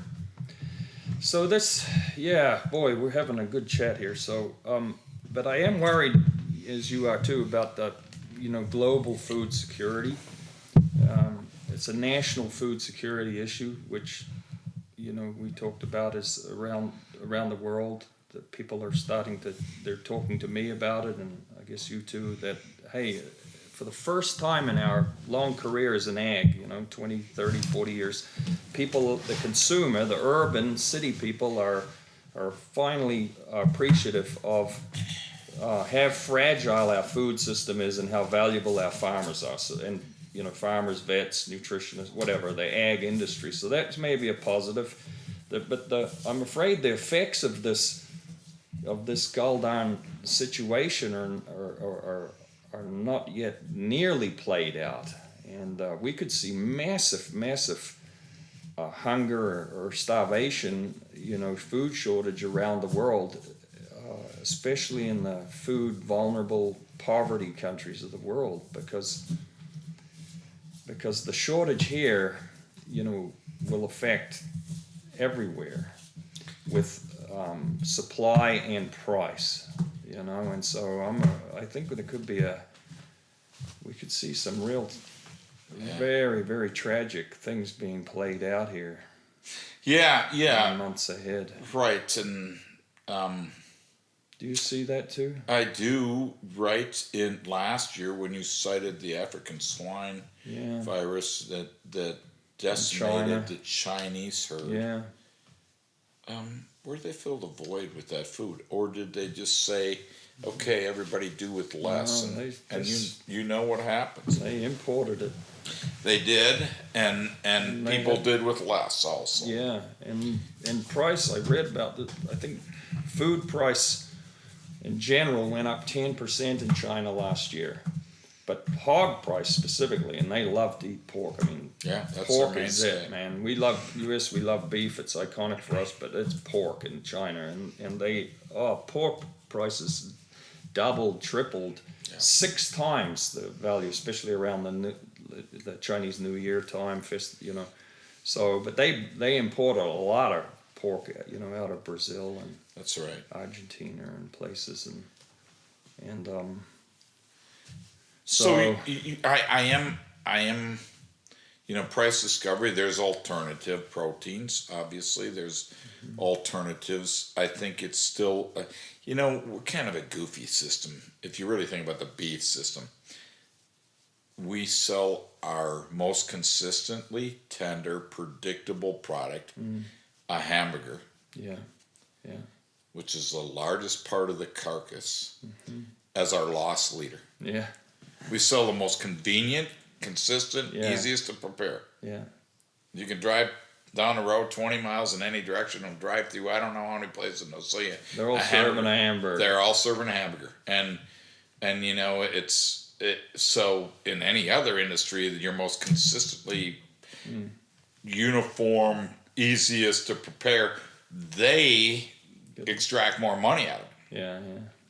And in the long run, I think the price of hamburger, believe it or not, I think should go up tremendously. If you think about if you pay $3 for a pound of hamburger, that means that there's a little shrink when you prepare it, a little, and that's the operative. So if you have a family of 4, you have all your daily protein, iron, and so much for 75 cents if you serve a quarter pounder, and most people don't serve a quarter pounder. So you actually can probably get 6 really realistic burgers out of that, right? Yeah. And that's 50 cents for your mainstay Well, here we protein. get 2 out of it, but yeah. Yeah, okay, well, same in our place. But nonetheless, right? Yeah, it's so affordable. It's so affordable. Yeah. And then embarrassingly, because steak's a smaller portion of the carcass. Yeah. Embarrassingly, then we take that and because we're selling this hamburger at this cheap price. Yeah. I say to double the price of hamburger. Yeah. Right? Let's double the price of hamburger and drive the price of steaks down. And all of a sudden the world will say, hey, we come over here to buy it. Yeah. Wow, send us more steak. Yeah. But that's changed. That's a paradigm shift. Yeah, no kidding. But we probably too now there are different grades of hamburger. Believe it or not, they say all we do is measure it in percent fat and lean. Yeah. But there's actually, you have chucks, but Yeah. the blend is the deal. Am I going to take this from dairy cows, this lean, and blend it with trim from another? That's always bothered me in the system. We don't have branded. Hamburgers should be branded. Yeah. I think brands, just like the stores that sell them, they demand a certain, this is the way we're going to prepare it. Yeah. But there's not a brand available. You understand what I'm saying? Yeah, I do. We could take all the cuts from this animal, and if it's not going into steaks or roasts, the rest is going to be ground. Yeah. Now, the difference is because that's intracellular fat and it's consistent from one animal. I haven't brought in any other parts from any other animal. That hamburger actually needs to go higher priced, right? Yeah. But remember, it's 65, 70, it's 75% of the weight of the carcass. So to try to keep the steaks from these delectable animals, these preferred animals at a realistic price, the price of hamburger goes up. I think most people don't know what a really good burger is. No. I think most people, until they go and they buy one and they, like our earlier discussion, take it to the locker, right? Yeah. But you know, a lot of things go into it. Yeah. Well, Shiza, it's been a good chat, Tom. We got to do more of this. I can see we have a lot of things to unpack, to play on the packer. Not to have a pun, but we have a lot of topics to unpack here. Yeah. Around cattle, beef, food, national security, global implications. I mean, and then to the branding, marketing side. In thinking about wrapping it up today, what would you like to say, sort of, to close this out, or I mean to summarize? What would you like people to, to think about? It doesn't have to be solutions, because maybe there aren't solutions known, but they'll come forward. But what would you like people to have clarity on? They're maybe not even farming people, nothing to do with agriculture, but what are the key sort of points? Maybe an analogy would be, yeah, we're in an incredible crisis. Producers are in incredible crisis. Yeah. I think some of the thought process, because they can bring this beef from other parts of the world, so I liken it to the Great Buffalo on the Plains. Yeah. Where you had people just shooting them ad nauseum. Yeah. Right? The buffalo hunters, they cut the tongue and hump out. Yeah. And after they killed the last one, the next day they said, where the hell did they all go? Yeah. Well, if we're going to have a short-term profitability by some of these outfits in the face of a crisis, and they can say, oh, because of the crisis, we're able to do this, and you throw all the production end under the bus, we'll be just like the last buffalo. They're going to wake up and say, now, where did they all go? Yeah. But the good news is, I guess we can bring it in from around the world, and if that's what the consumers desire, that's fine. Yeah. I really hope what listen from this is consumers say, like the youth, we do want to know where our product is made. Yeah. We don't need to know how it's made. That's why we have the government does this inspectors. Yeah. You tell us if it's safe or not. If it's safe, which it is in the United States. Yeah. But I would just want to know: is it made in here? Right? Is this part of our? We farmed our whole economy out, and I'm not talking about what political standing you want to talk about. No, but everyone's saying, hey, we got to bring our pharmaceuticals back here. We got to bring our vitamins back. We farmed it out. That unraveling happened over 40 years, right? Yeah. And so you can't change it in 2 years. No. And the only way you change it is that the consumer, the people that pay the bill, are the one who are going to have to say, this is what we want. But first they got to know. First they have to know. And COVID brought it out, whether it was for the antiviral drugs or the chloroquine or the whatever, but that brought it forth, the consumer or the personal protective masks and surgical whatever, is like, God damn it, we didn't realize that was all offshore. It wasn't in their consciousness, and then they're like, no, now it's an imperative we bring that shit back. And maybe some of that will happen with the food thing. So, this labeling, country of origin labeling, they call it, the acronym is COOL, but is there a motion forward by the cattlemen to say, Congress, God damn it, we want to have our food clearly labeled, that it's either born and raised and grown in the U.S., or it was born and raised and grown somewhere else, but we want that delineation. Is that before?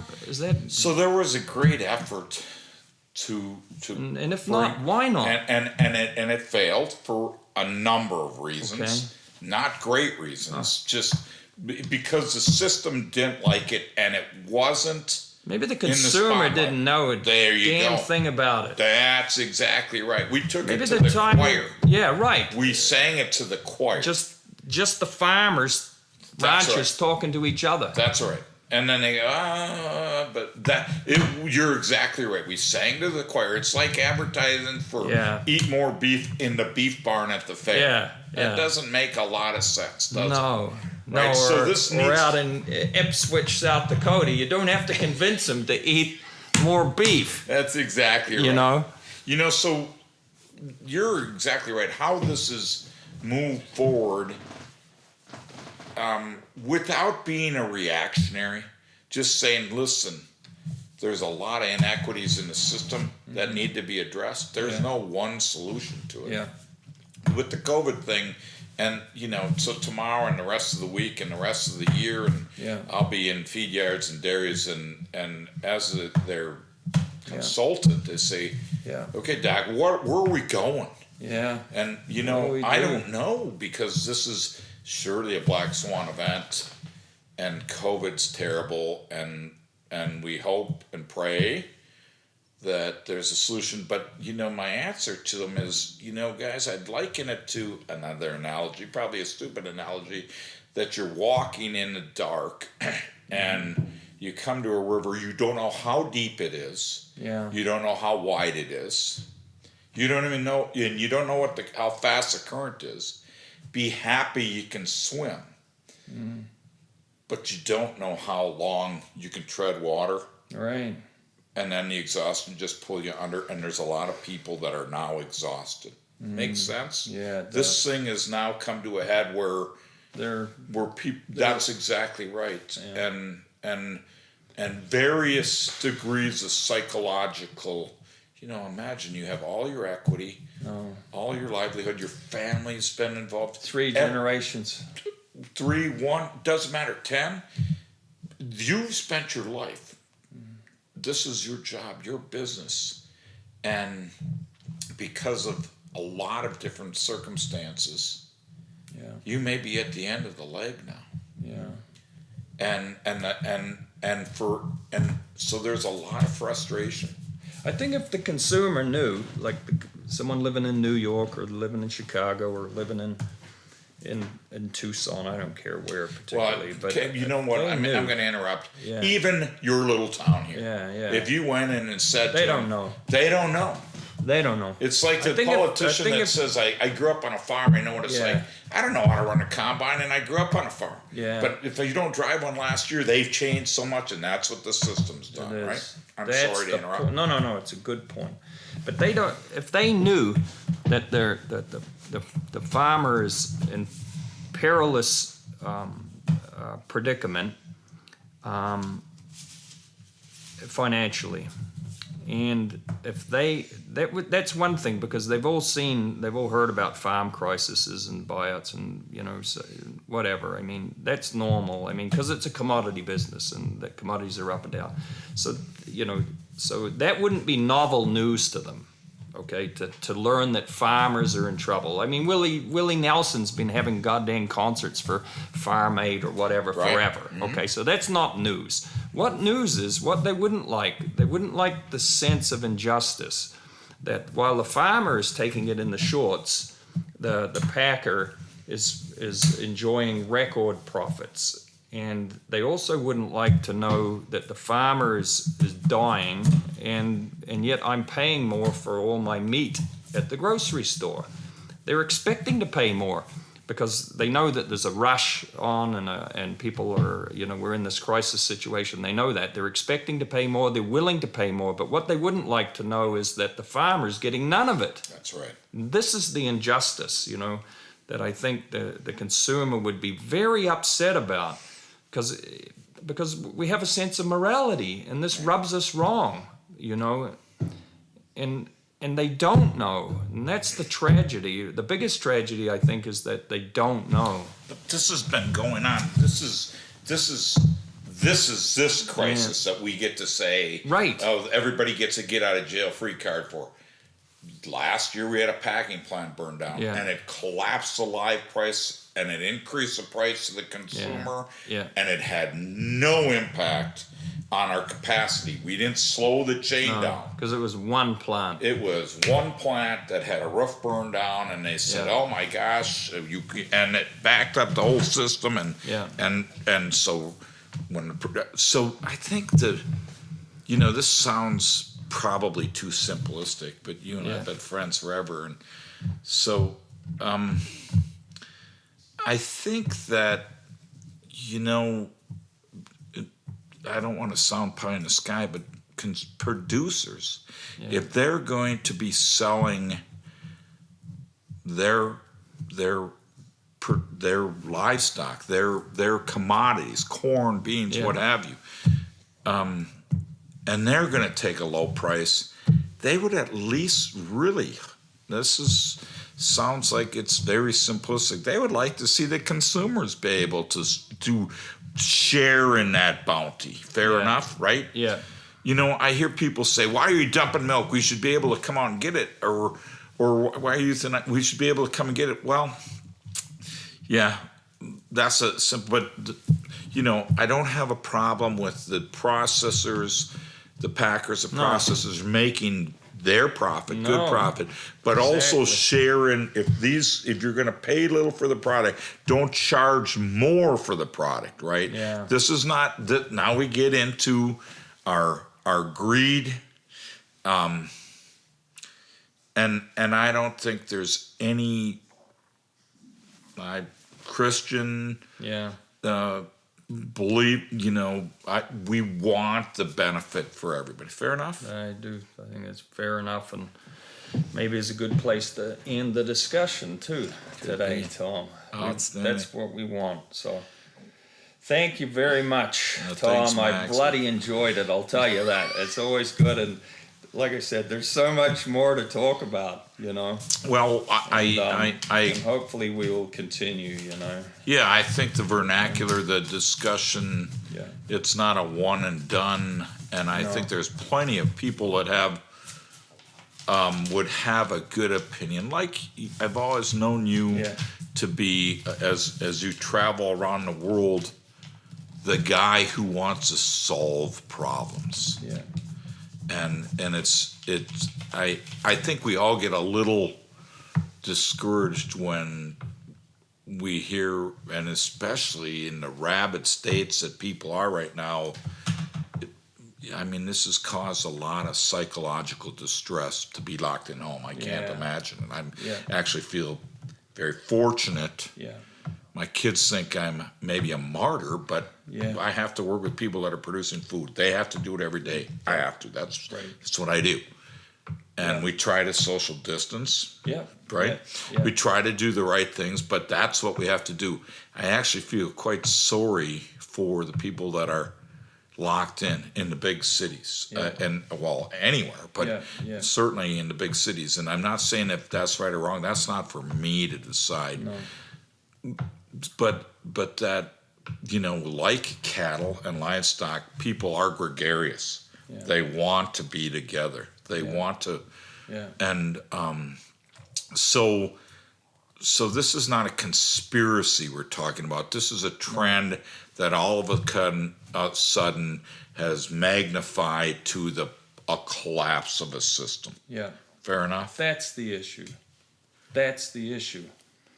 And it's reached like a critical point. Epic proportions.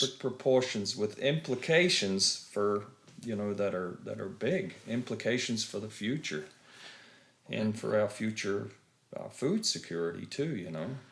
Yeah, and I don't want it to be the blamed on COVID caused this whole deal. No, we have to separate. You made that clear. There's two issues. One is COVID is the issue that we're talking about is pre-COVID. Right. But COVID has made it, like, put a magnifying glass on it and made it extremely acute. But the chronic condition was going to kill the patient anyway. Amen. Yeah.